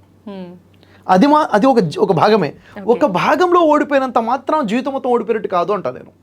ఎందుకంటే నువ్వు ఏ విధంగా అయితే ఓడిపోయావో ఆ లవ్ ఫెయిల్యూర్లో, అంతకన్నా ఘోరంగా ఓడిపోయి దెబ్బతిన్న వాళ్ళు జీవితంలో మంచిగా బతుకుతున్న వాళ్ళు చాలామంది ఉన్నారు. అవునా లేదా? ఇక్కడ గుర్తుపెట్టుకోవాల్సిన విషయం ఏంటంటే, ఈ సమయం గడిచిపోతుంది అన్న ఒక నిజాన్ని గుర్తుపెట్టుకుంటే ఈ బాధ కూడా మర్చిపోతాము. ఎందుకంటే వెనక్కి తిరిగి చూస్తుంటే గతంలో ఎప్పుడో దెబ్బతిని ఏదో విషయంలో బాగా పెయిన్గా ఉన్న రోజులు గుర్తు చేసుకుంటే ఆ పెయిన్ ఈరోజు లేదు కదా. ఈ రోజు ఇంత పెయిన్ 1 month తర్వాత ఎలా ఉండబోతున్నాను ఊహించుకోండి. ఈ పెయిన్ మర్చిపోయి ఉంటాం, ఊహించుకుంటేనే తగ్గిపోతుంది. కాబట్టి ఈ సమయం గడిచిపోతుందన్న వాస్తవాన్ని తెలుసుకొని ఇంతకన్నా ఎక్కువ పెయిన్ ఉన్న వాళ్ళు కూడా లైఫ్లో నిలబడ్డారు అన్న విషయం తెలుసుకుంటే ప్రతి సమస్యకి పరిష్కారం ఉందండి. నాకు కనబడట్లేదు, అది వేరే విషయం. ఈ బేసిక్ విషయాలు, ఫండమెంటల్స్ కనీస అవగాహన ఉంటే మనిషి రాంగ్ డిసిషన్స్ తీసుకోడు, డిప్రెషన్లోకి వెళ్ళాడు. ఓకే, అప్పుడు అంటే అలాంటి వాళ్ళకి ఖచ్చితంగా ఒక పర్సన్ ఉండాలా సార్? వాళ్ళకి వాళ్ళు మోటివేట్ చేసుకోవచ్చు అంటారా? మోటివేషన్, సెల్ఫ్ మోటివేషన్ చేసుకోవచ్చు. కొన్ని సందర్భాల్లో ఎక్స్టర్నల్ మోటివేషన్ కూడా అవసరం ఉంటుంది. ఎక్స్టర్నల్ మోటివేషన్ అవసరం ఉంటుంది. ఎందుకంటే మునిగిపోతున్న ఒక వ్యక్తికి నీళ్ళల్లో ఒక చిన్న గడ్డి పోచ కూడా పెద్ద ఆధారంగా కనిపిస్తుంది. ఎక్స్టర్నల్ కావాలి. అప్పుడు ఒక చిన్న మాట, నీకేం కాదు అన్న ఒక చిన్న మాట, నీకు నేనున్నాను అని ఒక చిన్న మాట, ఉంటానా అది వేరే విషయం. నీకు నేనున్నాను, నీకేం కాదు, ఇది పెద్ద సమస్య ఏం కాదు, చిన్న చిన్న మాటలే అప్పుడు ఇది చాలా పెద్ద బలాన్ని ఇస్తాయి ఆ టైంలో. ఎక్స్టర్నల్ కావాలి ఖచ్చితంగా. ఎక్స్టర్నల్ అప్పటికప్పుడు వస్తాయా రావు, ఎక్స్టర్నల్ ముందు నుంచి తయారు చేసి అలాంటి ఫ్రెండ్స్ ఉండాలి, అలాంటి సర్కిల్ ఉండాలి, అలాంటి సర్కిల్ ఉండాలి. గతంలో ఒక వ్యక్తి సూసైడ్ చేసుకోవాలని డిసిషన్ తీసుకొని రైలు పట్టాల మీద, ట్రైన్ ట్రాక్ మీద వెళ్ళేసి పడుకున్నాడు. చచ్చిపోలే, ఇంక ట్రైన్ వస్తే నేను చచ్చిపోతాను, ఇంకంతే లాస్ట్, ఇంకెవరూ లేరు అక్కడ. ట్రైన్ రాక ముందు తనకు నోటిఫికేషన్ వచ్చింది, ఫోన్ నోటిఫికేషన్ వచ్చింది. చచ్చిపోవాలనుకునేవాడు ఖచ్చితంగా ఏదో ఆశ కోసం ఎదురు చూస్తుంటాడు, ఏదో పిలుపు కోసం ఎదురు చూస్తుంటాడు. ఆ పిలుపు లేకపోతే చచ్చిపోతాడు. ఒక నోటిఫికేషన్ వస్తుంది, ఆ నోటిఫికేషన్ ఓపెన్ చేస్తే బ్రదర్షిప్ వీడియో కనబడింది. వెంటనే లేచి బయటకు వచ్చేసాడు. Super sir. అంటే ఆ చిన్న థంబ్నెయిల్, ఆ వ్యక్తి ఆ ఫేస్ గుర్తొచ్చినా చాలు, ఇక్కడేదో హోప్ ఉంది నాకని వెంటనే కాల్ కలిపి దీ సిచ్యువేషన్. అంటే ఖచ్చితంగా ఎక్స్టర్నల్ మోటివేషన్ కావాలి, ముందు నుంచే ప్రిపేర్ చేసుకోవాలి. అతనే సబ్స్క్రైబ్ చేసి ఉండకపోతే బ్రదర్షిప్ ఛానల్ని, నోటిఫికేషన్ వచ్చి ఉండకపోతే, తన సర్కిల్లో ఇక్కడ సబ్స్క్రిప్షన్ ఉంది కాబట్టే కదా వచ్చింది. సార్, చాలా మందిలో కూడా ఒక తపన ఉంటుంది, నేను ఇలా ఉండాలి, అలా ఉండాలి, ఒక మంచి పొజిషన్లో వెళ్ళాలి అని చెప్పి. కొంతమందికి పరిస్థితులు అనుకూలిస్తాయి, దానికి తగ్గట్టుగా వాళ్ళని వాళ్ళు మోల్డ్ చేసుకుంటూ ఉంటారు. కొంతమంది విలేజెస్లో ఉన్న వాళ్ళని చూసుకుంటే వాళ్ళకు కుటుంబ పరిస్థితి కరెక్ట్గా ఉండదు, కానీ వాళ్ళ ఆలోచనలు బాగుంటాయి, ఆ ఆలోచనలు ఆచరణలు పెట్టే శక్తి కూడా ఉంటుంది. అటువంటి వాళ్ళ పరిస్థితి ఏంటి సార్? కానీ చేయలేకపోతుంటారు. ఆ ప్లానింగ్ అదంతా ఎలా ఉండాలి, వాళ్ళని వాళ్ళు ఏ రకంగా మోల్డ్ చేసుకోవాలి? అవును, ఇప్పుడు విషయం చూడండి, ఆ సిచ్యువేషన్ వాళ్ళకి అందుబాటులో లేకపోవచ్చు. విలేజ్ అంటున్నారు, టౌన్ అంటున్నారు, సిటీస్లో ఉన్నటువంటి వాళ్ళకు ఉన్న ఆపర్చునిటీస్ వాళ్ళు ఉండకపోవచ్చు, అలాంటి వాతావరణానికి గైడెన్స్ ఉండకపోవచ్చు. ఈ రోజు ఏమైపోయిందంటే ఇది సిటీ, ఇది విలేజ్ అన్న గ్యాప్ లేకుండా పోయింది. ఎందుకంటే ప్రపంచం మొత్తం ఒక ప్లాట్ఫామ్ మీదకి వచ్చేసింది, ఇంటర్నెట్ ద్వారా, సోషల్ మీడియా అనే ప్లాట్ఫామ్ ద్వారా. దాన్ని ఎంతవరకు ఉపయోగించుకుంటున్నాం అనేది ఇంపార్టెంట్. ఇప్పుడు స్టూడెంట్స్ ఉన్నారు, లైఫ్లో కళలు పెద్దగా ఉన్నాయి, గోల్స్ పెద్దగా ఉన్నాయి. ఇప్పుడు వచ్చిన సమ్మర్ హాలిడేస్లో ఎలా చేస్తున్నాము, హాలిడేస్లో ఎలా ఏం చేస్తున్నాము, లీజర్ టైంని ఎలా యూస్ చేసుకుంటున్నాం అనేది ఇంపార్టెంట్. ఇప్పుడు చూడండి, ఇప్పుడు ఈ మే నెల వచ్చేసరికి దాదాపుగా స్టూడెంట్స్ అందరూ కూడా ఫ్రీగా ఉంటారు. దీన్ని ఎలా యూస్ చేసుకున్నాం? రకరకాల ప్లేసెస్లో రకరకాల సమ్మర్ క్యాంప్స్ నడుస్తున్నాయి. స్కిల్స్ నేర్చుకోవచ్చు, అవునా? ఒక మనిషి కావాలి, స్పీకింగ్ స్కిల్ కావాలంటే నేర్చుకోవచ్చు, యాటిట్యూడ్ మారే విధంగా చేసుకోవచ్చు, కొత్త ఎక్స్పోజర్ రావచ్చు, నాలెడ్జ్ విషయంలో నేర్చుకోవచ్చు. ఇప్పుడు చూడండి, మేము కూడా ఈ మే నెలలో 23, 24, 25, 26 4 రోజుల ఆన్లైన్ సమ్మర్ క్యాంప్ పెట్టాం. ఫస్ట్ టైం డిజైన్ చేసింది. ఎవరి కోసం ఇది అంటే 8th క్లాస్ చదువుతున్నా, అంటే టీనేజ్ 13 years ఏజ్ దగ్గర నుంచి గ్రాడ్యుయేట్స్ వరకు కూడాను, అంటే 22 years వరకు కూడాను. ఇంకా చెప్పాలంటే నేను స్టూడెంట్ అని చెప్పిన ప్రతి వ్యక్తికి, నిత్య విద్యార్థిలా ఉంటారు కదా, 60 సంవత్సరాలు వచ్చినా కానీ నేర్చుకోవాలన్న ధోరణి ఉన్నటువంటి ప్రతి వ్యక్తి కోసం ఈ సమ్మర్ క్యాంప్ అనమాట. దీంట్లో ముఖ్యంగా ఏం చెప్తామంటే ఒక 10 పాయింట్స్ మీద ఫోకస్ చేయబోతున్నాం. ఈ 10 పాయింట్స్కి కనుక మనిషి ఎస్తాన సమాధానం చెప్పగలిగితే తన లైఫ్లో ఎవడు ఆపలేడు తన్ని. ఆ స్థాయికి మైండ్ సెట్ తయారు చేద్దామన్న ఆలోచనతో 4 days వర్క్షాప్ లైవ్గా నేను తీసుకోబోతున్నాను. ఇవి పాసిబుల్ అవుతుందా సార్? 100% పాసిబుల్ అవుతుంది. ఖచ్చితంగా 4 days ఏంటి, 4 hours సరిపోవచ్చు లైఫ్ మారడానికి, 4 minutes కూడా సరిపోతుంది. ఒక థాటే కదా, ఒక ఆలోచనే కదా మార్పు రావాల్సింది. ముఖ్యంగా ఇక్కడ ఏంటంటే, ఇప్పుడు ఒక వ్యక్తి ఏదో అనుకుంటాడు, అనుకున్నది ఎదుటి వ్యక్తికి చెప్పడం, ఇది ఇంపార్టెంట్. ఎదుటి వ్యక్తికి అర్థమయ్యేలా చెప్తున్నాడా, ఎదుటి వ్యక్తిని ఆకర్షించేలా చెప్తున్నాడా అన్నది పాయింట్. ఇది ఈ రెండు ఎంతమందిలో ఉంటాయి? మనం ఏదైనా ఎదుటి వ్యక్తి ఏదైనా చెప్పాలనుకున్నప్పుడు చెప్పాలనుకున్న విషయాన్ని ఎంత ఎఫెక్టివ్గా చెప్తున్నాము అన్నది ఇంపార్టెంట్. అంటే అర్థమయ్యేటట్టు చెప్తున్నామా, అట్రాక్ట్ చేసేలా చెప్తున్నామా? ఈ స్కిల్ ఉన్నవాడు లైఫ్ ఎలా ఉంటుంది, ఈ స్కిల్ లేని వ్యక్తి లైఫ్ ఎలా ఉంటుంది? ఉన్న వాళ్ళది క్లారిటీగా ఉంటుంది, చాలా క్లారిటీగా దూసుకుని ముందుకు వెళ్ళిపోతాడు. ఆ స్కిల్ రాణించడం కోసము ఈ సమ్మర్ క్యాంప్లో మనం డిస్కస్ చేయబోతున్నాము. ఈ స్కిల్ మీద ఫోకస్ ఉంది. ఇంకా లైఫ్లో క్లారిటీగా గోలే లేదు. ఆ గోల్ సెట్టింగ్ గురించి దీంట్లో మాట్లాడబోతున్నాం క్లారిటీగా. ఇది 13 years ఏజ్లో ఉన్న 8th class స్టూడెంట్ వింటే ఎంత బాగుంటుంది. అవును, అదే ఈరోజు 30 years ఏజ్లో ఉన్న వ్యక్తి కూడా అవసరమే మనకి చెప్పాలంటే. ఇంకా చెప్పాలంటే ఒక మనిషి యొక్క లైఫ్ ఏంటంటే నిన్నటి వరకు తన అలవాట్లే ఈరోజు లైఫ్. మనిషి అలవాట్లకు తగ్గట్టుగానే రిజల్ట్స్ ఉంటాయి కదా. ఒక మనిషికి కొన్ని అలవాట్లు ఉంటాయి, ఇవి నేను మార్చుకోవాలి అనుకుంటారు, మార్చుకోలేడు. ఈ అలవాట్లు నా లైఫ్లోకి రావాలి అనుకుంటుంటాడు, ఏం రావాలో తెలుసు కానీ రావు అవి. అంటే మంచి అలవాట్లు రావట్లేదు, చెడు అలవాటు పోవట్లేదు. అసలు హ్యాబిట్స్ చెడు అలవాట్లని మంచి అలవాటు మార్చుకోవటం ఎట్లా, దీని మీద సమ్మర్ క్యాంప్ ఉంది. సమ్మర్ క్యాంప్లో కవర్ అవుతున్న టాపిక్స్. అసలు ఒక మనిషిలో ఉండాల్సిందే లీడర్షిప్ క్వాలిటీస్. లీడర్షిప్ అంటే అందరూ ఏమనుకుంటారంటే ఇద్దరిని నడపడం, నలుగురిని నడపడం, 10 మందిని నడపడం అంటారు. కాదు, లీడర్షిప్ అంటే తనను తాను నడిపించుకోవడం. నన్ను నేను లీడ్ చేసుకోవడమే లీడర్షిప్. నిజం చెప్పాలి, ఎట్లా నడిపించుకోవాలి, నా గోల్ వైపుకి నడిపించుకోవాలి, డివేట్ అవ్వకుండా. That is leadership. అది చేయగలిగిన వాడు 100 మంది నడిపిస్తాడు. ఆ లీడర్షిప్ స్కిల్స్ గురించి వర్క్షాప్లో ఉంది. అంటే ఈ సమ్మర్ క్యాంప్ అనే 4 days సెషన్లో ఉంది. ఇలాంటి దాదాపు 10 areas కవర్ అవుతున్నాయి. హ్యూమన్ రిలేషన్స్ ఎలా మెయింటైన్ చేయాలి, ఎమోషనల్ ఇంటెలిజెన్స్ ఎలా కలిగి ఉండాలి, అంటే ఎలాంటి పరిస్థితుల్లో అయినా కానీ డిసిషన్స్ ఎలా తీసుకోవాలి, క్రిటికల్ సిచ్యువేషన్లో బిహేవియర్ పాజిటివ్గా ఎలా పెట్టుకోవాలి, పాజిటివ్ మైండ్ సెట్ని ఎలా క్రియేట్ చేసుకోవాలి, ఇవన్నీ కూడా లైఫ్కి బేసిక్ ఫండమెంటల్స్ అనమాట. ఇవి ఎవరికి కావాలి? ఈరోజు PhD అయిన వాళ్ళకి కూడా ఇలాంటి ఎడ్యుకేషన్ దొరకట్లేదు. అలాంటిది ఒక టీనేజ్ నుంచి 8 years 8th class 9th class 10th class ఇంటర్మీడియట్లో ఉన్న వాళ్ళకి ఇది ఎంత బలంగా ఉపయోగపడతాయి. ఇదంతా ఆలోచించి మొట్టమొదటిసారిగా నేను డిజైన్ చేశాను. ఇది 4 days సమ్మర్ ఆన్లైన్. ఇది ఎవరి కోసం అంటే ప్రతి ఒక్క వ్యక్తి కోసం అవసరం అన్నమాట. ఇట్లాంటి ఎవరి కోసము, నేను విలేజ్లో ఉన్నాను అనుకున్న వాళ్ళ కోసమే కదా. ఇది ఆన్లైన్లో ఉంది కదా, అందుబాటులో ఉంది కదా. సో వీళ్ళని కాంటాక్ట్ చేయొచ్చు. బ్రదర్ షఫీ ఛానల్ని వీళ్ళు చూసినా కానీ దీనికి సంబంధించిన వీడియో కనిపిస్తుంది, కాంటాక్ట్ నెంబర్ కనిపిస్తుంది. కాల్ చేసి కనుక్కున్నా కానీ వాళ్ళకి డీటెయిల్స్ అదేంటి ఈ సమ్మర్ క్యాంప్లో ఏముండబోతుందని ఫోన్ చేసిన వాళ్ళు డీటెయిల్స్ వస్తాయి. 9981110385 నెంబర్ ఉంది, టోల్ ఫ్రీ నెంబర్. కాల్ చేయండి, మీకు ఛార్జెస్ కూడా ఏముండవు. కాల్ కనుక్కోండి అసలు ఏముంటుంది ఆ 4 days. మీరు ఎక్కడికో రావాల్సిన అవసరం లేదు, మీ ఇంట్లోనే కూర్చొని వినొచ్చు కదా. ఇంట్లో కూర్చొని వింటే, ఇంట్లో ఒకళ్ళు నేను సీట్ బుక్ చేసుకుంటే ఇంట్లో ఉన్న 10 మంది కూడా వినొచ్చు, నలుగురు కూడా వినొచ్చు, ఇద్దరుంటే ఇద్దరు వినొచ్చు. ఆలోచనలు మారిపోతాయి. కాబట్టి అవకాశాలు సిటీలో ఉన్న వాళ్ళకే ఉంది అలా కాదు, ఎక్కడున్న వాళ్ళకున్నా వెతికే వాడికి అవకాశాలు ఉన్నాయి, మన ఎదురుగానే ఉన్నాయి. కాబట్టి ఎలాంటి వాళ్ళైనా కానీ వాళ్ళ పరిస్థితులు వాళ్ళకి తగ్గట్టుగా మార్చుకోవచ్చు. అవకాశం వాళ్ళ కళ్ళ ముందునే, వాటిని వెతకాలి, చూడాలి, వాటిని ఉపయోగించుకోవాలి. ఓకే. అయితే సార్, చాలామంది ఇట్లా మోటివేషనల్ స్పీకర్స్ చెప్పినప్పుడే కానీ ఎవరైనా చెప్పినప్పుడు వింటుంటాం, నిజంగా రేపటి నుంచి చేసేస్తా అన్న ఒక ఏమంటారు దాన్ని, మోటివేషనే అనిపిస్తుంది సార్. కానీ తర్వాత పక్కకి వెళ్ళిపోతే ఏముండదు, నార్మల్. అది రావాలి అంటే, ఆ తపన ఉన్నది నిజంగా ఆచరించాలంటే ఏం చేయాలి సార్? చూడండి, ఒక మోటివేషన్ ఒక మనిషికి స్టార్ట్ చేయడానికి ఉపయోగపడుతుంది, ముందుకెళ్ళటానికి కాదు. ఒక వ్యక్తికి చూడండి, అదే అంటాను నేను. నువ్వు ఒక 5 నిమిషాల వీడియోనో 10 నిమిషాల వీడియోనో మోటివేషన్ వీడియో చూసినప్పుడు వచ్చిన మోటివేషన్లో ఒక థాట్ వస్తుంది, నేను ఇప్పటి నుంచి ఇలా ఉండాలి, ఇలా ఉండకూడదు, లెర్నింగ్ అవుట్పుట్. వాటిని రాసుకోవాలంట పర్సనల్ డైరీలో. ఇది గైడ్గా ఉంటుంది. ఆ మోటివేషన్ వీడియో ఉంటుంది మనతో పాటు, ఇది గైడ్గా ఉంటుంది. ఇది ఉండాలి కదా. ఇక్కడ డిసిషన్ తీసుకుంటాం. మోటివేషన్ వీడియో ద్వారా మనకు కావాల్సింది మోటివేషన్ కాదు, కానీ నిర్ణయాలు తీసుకోవాలి. తీసుకున్న నిర్ణయాలు రాసుకుని దీని తగ్గట్టుగా ముందుకెళ్ళాలి. అయితే మోటివేషన్ ఎవరి కోసము? లక్ష్యం ఉన్నవాడి కోసం కదా. లక్ష్యం లేనివాడి కోసం మోటివేషన్ వీడియోస్ వినడమే లక్ష్యం. అది అవునా లేదా? ఇప్పుడు లక్ష్యం లేనివాడు మోటివేషన్ వీడియో చూసి ఏం చేస్తాడు? ఇప్పుడు మీరు ఎక్కడికి వెళ్ళేది లేదు, మీ బండిలో ట్యాంక్ ఫుల్ డీజిలో పెట్రోల్లో పెయింట్ చేసుకున్నారు, ఏం లాభం? అలాగే నాకు ఎంత మోటివేషన్ ఉంటే మాత్రం ఏం లాభం? ఎక్కడికి వెళ్ళాలో లక్ష్యం ఉండాలి కదా. ఆ లక్ష్యాన్ని సెట్ చేసుకోవాలి. దానికి ఒక మెంటర్షిప్లో, గైడెన్స్లో లక్ష్యం ఉండి దానికి క్లారిటీగా ఏముండాలి ఏం కూడదు చూసుకుంటే ఉంటుంది. అయితే మోటివేషన్ కాదు, మనకు కావాల్సిన ట్రాన్స్ఫర్మేషన్. మోటివేషన్ వీడియోస్ వేరు, ట్రాన్స్ఫర్మేషన్ వర్క్షాప్స్ వేరు.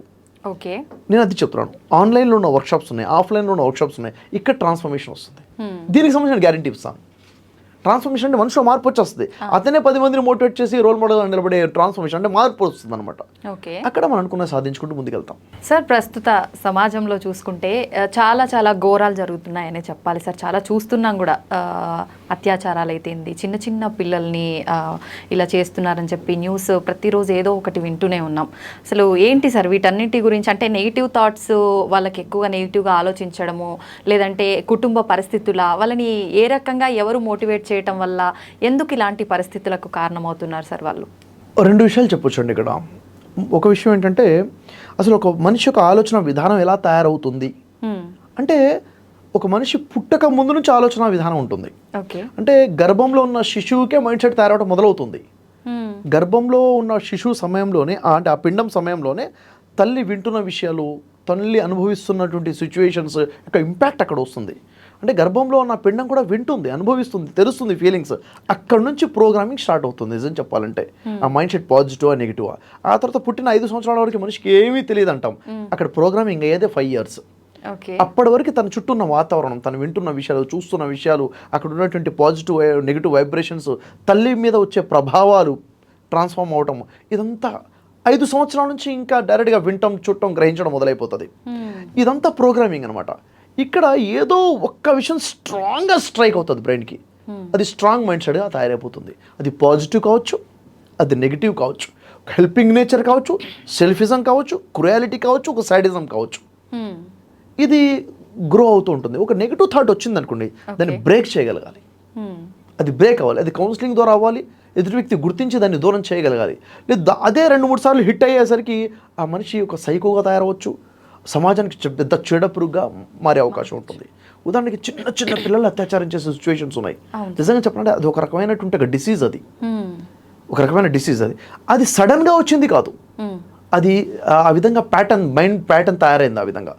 ఇప్పుడు ఆ విధంగా ఆ పని చేసే వ్యక్తి ముందు ఒక అందమైన అమ్మాయి ఉంటే తనకు ఆ ఫీలింగ్స్ రాకపోవచ్చు, సెక్చువల్ ఫీలింగ్స్. చిన్న అమ్మాయి కనిపిస్తున్న వాడి ఫీలింగ్స్ వస్తాయి. అలా ప్యాటర్న్ తయారై ఉంది. ఇప్పుడు నిజంగా చెప్పాలంటే అలాంటి వ్యక్తి సమాజంలో ఉంటే చాలా పెద్ద థ్రెట్. అది చాలా NLP ద్వారా తన ప్రోగ్రామింగ్ బ్రేక్ చేయాలి. దానికి తగ్గ పనిష్మెంట్ ఉండాలి, దానికి తగ్గ రిస్ట్రిక్షన్స్ ఉండాలి. సమాజంలో వదిలితే మాత్రం చాలా డేంజర్. కాబట్టి కొన్ని శిక్షలకి మన రాజ్యాంగం కూడా ఏం చెప్తుందంటే, మన పిల్లలు కూడా ఏముందంటే మరణ శిక్షలు ఉన్నాయి కొన్నిటికి. ఎందుకంటే కొన్ని వాటికి మందు లేదు, మరణ శిక్షనే. ఎందుకంటే సమాజంలో వాడు భారమే. అంటే ఇలా ఉన్నాయన్నమాట. అసలు యాక్చువల్గా ఏదైనా ఒక మంచి మనిషి చేస్తున్నాడు, ఏదైనా చెడు చేస్తున్నాడు, మంచి చేస్తున్నాడు, దాని ప్రభావం ఎలా ఉంటుంది చూడండి. ఒక మనిషి కానివ్వండి, ఒక సమాజం కానివ్వండి, వాళ్ళతో మంచి పనులు చేయించాలనుకుంటున్నాం మనం, చెడు పనులు చేయకుండా ఉండాలనుకుంటున్నాం. దానికి ఒక ఫార్ములా ఉంది. కొన్ని వందల వేల సంవత్సరాలు మనిషి యొక్క సైకాలజీని స్టడీ చేసినటువంటి ఒక ఫార్ములా, దాన్ని 5 point ఫార్ములా అంటారు. ఏంటది చూడండి. ఫర్ ఎగ్జాంపుల్, ఒక వ్యక్తితో నేను మంచి పనులు చేయించాలి, చెడు పనులు చేయించకూడదు అంటే ఏం చేయాలి? ఫర్ ఎగ్జాంపుల్, ఒక కంపెనీ ఒక ఇన్స్టిట్యూషన్ తీసుకుంటే ఒక టీమ్ లీడర్ని ఏర్పాటు చేస్తాం మనం. ఒక టీమ్ లీడర్ ఉంటాడు, మొదటి విషయము. రెండో విషయం ఏంటంటే, ఆ సదరు వ్యక్తికి ఎవరైతే మంచి పనులు చేయించాలనుకుంటామో అతనికి డైరెక్షన్స్ ఇస్తాం, డూస్ చెప్తాం, డోంట్స్ చెప్తాం, ఏం చేయాలో చెప్తాం, ఎలా చేయాలో చెప్తాం, ఏం చేయకూడదో చెప్తాం. అంటే క్లియర్గా ఇన్స్ట్రక్షన్స్ ఇస్తున్నాం. టీమ్ లీడర్ ఉన్నాడు, ఇన్స్ట్రక్షన్ క్లియర్గా ఉన్నాయి. తర్వాత థర్డ్ పాయింట్ ఏంటంటే, అతను మంచి పని కనుక చేస్తూ ఉంటే అతని మీద నిఘా ఉండాలి. మళ్ళీ మూడో పాయింట్ ఏంటంటే, అతని మీద నిఘా, అతను ఏం చేస్తున్నాడు, ఏం చేయట్లేదు, ప్రతిదీ కూడా నిఘా పెట్టాలి. మూడో పాయింట్, నిఘా కూడా పెడతాం. నాలుగో పాయింట్ అంటే, అతని కనుక మంచి పని చేస్తే అప్రిషియేట్ చేస్తాం, అప్రిసియేషన్ ఇస్తాం, ఇంక్రిమెంట్స్ ఇస్తాం, అవార్డ్స్ ఇస్తాం, రివార్డ్స్ ఇస్తాం, మోటివేషన్. అది అతను కనుక తప్పు చేస్తే తనకి పనిష్మెంట్ ఉంటుంది, డిమోషన్స్ ఉంటాయి, శిక్ష ఇవి ఉంటాయి అన్నమాట, పనిష్మెంట్స్. ఈ 5 point ఫార్ములా అంటామండి. Team leader, clear directions, instructions, నిఘా, వారికి అప్రిసియేషన్ ఉంటుంది, పనిష్మెంట్స్ ఉంటాయి. ఇది సైకలాజికల్గా మనిషి తయారు చేసింది. చిన్న స్కూల్లో అయినా, కాలేజీలోనా, ఇన్స్టిట్యూషన్లో, కార్పొరేట్ కంపెనీలోనా, అమెరికా నుంచి ఇండియా దాకా ఎక్కడైనా కానీ ఇదే సిస్టమ్ ఉంది. అవునా లేదా? ఇది సైకాలజీ బేస్ చేసుకొని వచ్చింది. ఇదే ఫర్ ఎగ్జాంపుల్ చూడండి, మన ఇండియా అనేది ఒక ఇన్స్టిట్యూషన్ అనుకుంటే, ఇండియా అనేది ఒక దేశం, ఒక ఇన్స్టిట్యూషన్. ఇక్కడ కూడా ఈ ఫార్ములా ఉంది చూడండి, 5 point ఫార్ములా ఉంది. ఒక లీడర్ ఉండాలి అంటే ప్రభుత్వం, అవునా లేదా? మనుషులు గైడెన్స్ ఉండాలి అంటే రాజ్యాంగం ఉంది, రాజ్యాంగంలో డూస్ అండ్ డోంట్స్ ఉన్నాయి. నిఘా వ్యవస్థ, పోలీస్ వ్యవస్థ ఉంది, నిఘా వ్యవస్థ ఉంది. అప్రిసియేషన్, బహుమానాలు ఉన్నాయి, భారతరత్న ఉంది, పద్మభూషణ్, పద్మవిభూషణ్, రకరకాల యువరత్న, రకరకాల అవార్డ్స్ ఉన్నాయి. సామాజికంగా పనిష్మెంట్స్ కూడా ఉన్నాయి, జైలు శిక్షలు ఉన్నాయి, ఉరి శిక్షలు ఉన్నాయి, లైఫ్ టైం ఉన్నాయి అనమాట. ఈ 5 point ఫార్ములా ఎక్కడ కూడా కనిపిస్తుంది. యాక్చువల్లీ 5 point ఫార్ములా ఎక్కడి నుంచి వచ్చింది? ఇది ఎక్కడి నుంచి వచ్చింది? మనిషి యొక్క సైకాలజీని స్టడీ చేశాడు. కానీ ఇది యాక్చువల్గా చూసుకుంటే మన ధర్మాల్లో ఉంది, సనాతన ధర్మంలో ఉంది, ధర్మశాస్త్రాలలో ఉంది. ఖురాన్ని, బైబిల్ని, వేదాలను స్టడీ చేస్తే అక్కడి నుంచి వచ్చింది. అక్కడేం చెప్తున్నారు? ఈ సమస్తాన్ని సృష్టించిన ఒక భగవంతుడు ఉన్నాడు. టీమ్ లీడర్ అంటున్నాం మనం ఇక్కడ. సర్వేశ్వరుడు ఉన్నాడు, ఆ అక్షర పరబ్రహ్మ ఉన్నాడు. ఆయన యెహోవా అనొచ్చు, జీవం గల దేవుడు అనొచ్చు, అరబీలో భాషతో పిలవచ్చు, అల్లా అనొచ్చు, లేకపోతే భగవంతుడు అనొచ్చు, ఏమైనా పిలవండి, అవునా లేదా? సృష్టికర్త ఆయనే. ఆయన మన గైడెన్స్ ఇచ్చాడా లేదా? శాస్త్రాన్ని ఇచ్చాడు, ధర్మశాస్త్రాన్ని ఇచ్చాడు. దీని ప్రకారంగా వాక్య ప్రకారంగా జీవితం గడపని చెప్పాడు. అవును, లా ఇచ్చాడు మనకి. ఆ తర్వాత నిఘా పెట్టాడా లేదా? ఆయన చూస్తున్నాడుగా, ఆయన వింటున్నాడుగా, ఆయన గ్రహిస్తున్నాడుగా, చిమ్మ చీకట్లో కూడా చూస్తాడుగా, ఎవడు లేవున్నా వింటాడుగా, మనసులో అనుకున్న విషయాలు కూడా చూస్తాడుగా, నిఘా ఉంది. అతను మనం ఏది మంచి చేస్తే మంచికి మంచి ప్రతిఫలం భూమి మీద ఇస్తాడు, పరలోకంలో కూడా ఇస్తాడు. చెడు చేస్తే ఇక్కడ పనిష్మెంట్ ఉంటుంది, పరలోకంలో పనిష్మెంట్ ఉంటుంది, స్ట్రాంగ్ పనిష్మెంట్ ఉంటుంది, గొప్ప బహుమానం కూడా ఉంటుంది. 5 పాయింట్ ఫార్ములా. ఇది స్ట్రాంగ్గా ధర్మాన్ని మనం బోధించగలిగితే మనిషిలో మార్పు వస్తుంది. అవునా కదా? అంటే ప్రాబ్లం ఎక్కడి నుంచి మొదలైంది? మనం ఎప్పుడైతే మన ధర్మాన్ని వదిలేసామో అక్కడ ప్రాబ్లం. అందుకే ధర్మ ఏవా హత్తి అంటారు. నువ్వు ధర్మాన్ని హతమారుస్తే ఆ ధర్మం నిన్ను హతమారుస్తుంది. ధర్మో రక్షతి రక్షిత. నువ్వు ధర్మాన్ని కాపాడితే ధర్మమే నిన్ను కాపాడుతుంది. ధర్మాన్ని కాపాడటం అంటే ఏంటి? ధర్మశాస్త్రంలో బోధించిన బోధనలను మనం కాపాడాలి, ఆచరించాలి. ఎప్పుడైతే వాడిని పక్కన పెట్టేసామో నువ్వు నాశనం అయిపోతావు. అవునా? ఎప్పుడైతే ధర్మాన్ని అర్థం చేసుకొని ఆచరించుకుంటూ సమాజాన్ని బోధిస్తామో ఆ ధర్మం కాపాడుతుంది. ఆ ధర్మం చెప్తుందే ప్రతిదీ కూడా కౌంటబుల్గా ఉంది, ప్రతిదీ లెక్క చేయబడుతుంది, ప్రతిదీ చూడబడుతుంది, ప్రతిదానికి సమాధానం చెప్పాల్సి ఉంది. ఈ జీవితమే శాశ్వతం కాదు. ఇక్కడ నాకు అధికారం ఉంది, ఏమైనా చేస్తాను, అధికారం ఎప్పుడూ ఉండదు, చనిపోతాను, సమాధానం చెప్పాల్సిన అవసరం ఉంది. ఇది వస్తే మనిషి భయపడతాడుగా, ఖచ్చితంగా ఆ భయం రావాలి. మంచి చేసేటప్పుడు ఉత్సాహంగా చేయాలి, నాకు బహుమానం ఉందని. చెడు చేసే నేను మీకు ఏమైనా మోసం చేశాను అనుకోండి, నేను మీకు ఏమైనా మోసం చేస్తే అప్పుడు మీరు పడ్డ బాధ, మీ ఆవేదన ఏదైతుందో ఆ ఆవేదనకు తగ్గట్టుగా శిక్ష ఉంటుంది. ఓకే, ఫర్ ఎగ్జాంపుల్ ఒక ఉదాహరణ చెప్తాను. భౌతికపరమైన శిక్షలు ఎలా ఉంటాయి అంటే, ఇప్పుడు ఈ కోర్టు ఉంది, కోర్టు ఎలాంటి శిక్ష వస్తుంది? మీ దగ్గర నుంచి ఒక వ్యక్తి ఒక ₹1,00,000 దొంగతనం చేసేసాడు అనుకోండి. కోర్టు తీర్పు ఏం చేస్తుంది? ₹1,00,000 నీకు ఇప్పించేస్తుందేమో, మళ్ళీ తిరిగి మీకు ఇప్పించేస్తుందేమో ₹1,00,000. అవునా లేదా? ఇది కాదు. అసలు ₹1,00,000 మీ దగ్గర నుంచి దొంగతనం జరిగినప్పుడు మీరు పడ్డ వేదన ఏంటి, మీకు జరిగిన నష్టం ఏంటి, అప్పుడు మీ ఫీలింగ్స్ ఏంటి, దానికి తగ్గట్టుగా శిక్ష విధించడం ఆధ్యాత్మికంగా చెప్తుంది పరలోకంలో. ఎలా? పెద్ద కోటేశ్వరుడి దగ్గర ₹1,00,000 దొంగతనం జరిగితే ఇంపాక్ట్ ఏంటి?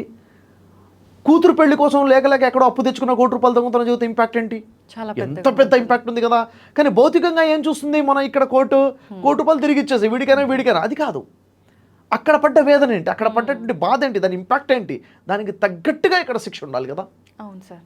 నేను మీకు నష్టం చేస్తే దానికన్నా ఎక్కువగా నాకు నష్టం జరుగుతుందని నేను ఎప్పుడైతే నమ్ముతానో నేను భయపడతాను కదా. ఇది ఎక్కడుంది? మన సనాతన ధర్మాల్లో, మన ధర్మంలో చెప్పబడింది. అది మనం వదిలేసాం కదా.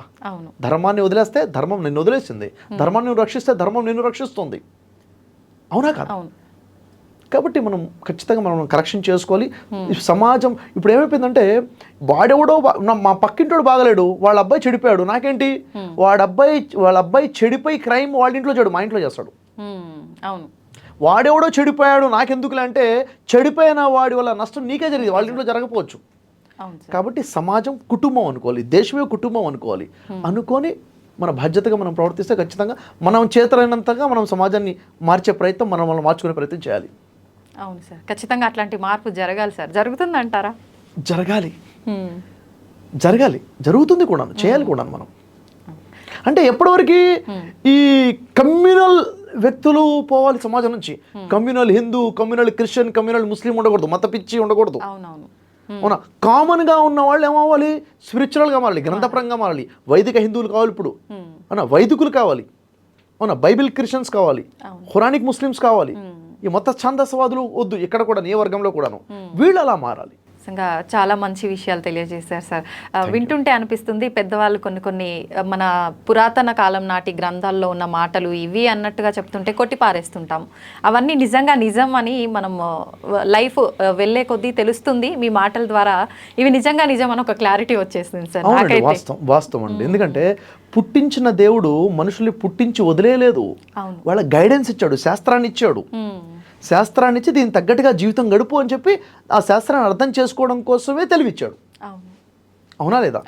ఈ తెలివిని ఉపయోగించి శాస్త్రాన్ని వదిలేసాం మనం, అది తప్పు. ఎవరో పెద్దవాళ్ళు చెప్పారు, వాళ్ళ మాట వినొచ్చు, వినకపోవచ్చు వదిలేండి. సృష్టికర్త చెప్తే వినాలి కదా, వినాల్సిందే, లేకపోతే నష్టమే కదా. అందరికీ తెలుసుకోవాలి. అంటే దేవుడు ఋషుల ద్వారా అనేక విషయాలు చెప్పించాడు, మహా ఋషుల ద్వారా చెప్పించాడు, రాజ ఋషుల ద్వారా చెప్పాడు. ఋషి అంటే ప్రవక్త అంటాము, ప్రవక్తలు ఉన్నారు, మహాప్రవక్తలు ఉన్నారు. వీళ్ళ ద్వారా ఇన్స్పిరేషన్, దేవుడి యొక్క రివల్యూషన్ మానవులకు అందింది. అంటే దేవుడు ప్రతి ప్రాంతంలో, ప్రతి భాషలో, ప్రతి యుగంలో మానవులకి సందేశం ఇచ్చాడు. ఓకే, అవును. ఇచ్చాడు, సందేశం ఇచ్చాడు. దేవుడు పుట్టించి వదలేలే. ఇప్పుడు ఏదైనా ఒక వస్తువుని తయారు చేసిన వాడు వస్తువుని ఎలా వాడాలో మాన్యువల్ ఇస్తాడు కంపెనీ వాడు. మాన్యువల్ లేకుండా ఇది ఉండదు, అవునా?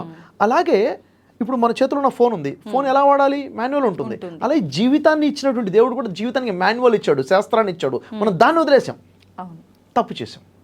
దానికి అదొక్కటి గుర్తు పెట్టుకుంటే ఆ పాయింట్ని ఖచ్చితంగా ధర్మ మార్గంలో నడుస్తాము, అంత పాజిటివ్ వేలో ఉంటుంది. మన పర్సనల్ విల్ ఒకటి అయితే గ్రాండ్ విల్ ఒకటి ఉంటుంది, ఆ దేవుడి వైపు నుంచి ఒకటి ఉంటుంది. అది కూడా మనం గుర్తుపెట్టుకొని ముందుకెళ్ళాలి. Thank you sir, thank you very much. మిమ్మల్ని కలిసినందుకు నాకు చాలా చాలా సంతోషంగా ఉంది సార్. Thank you.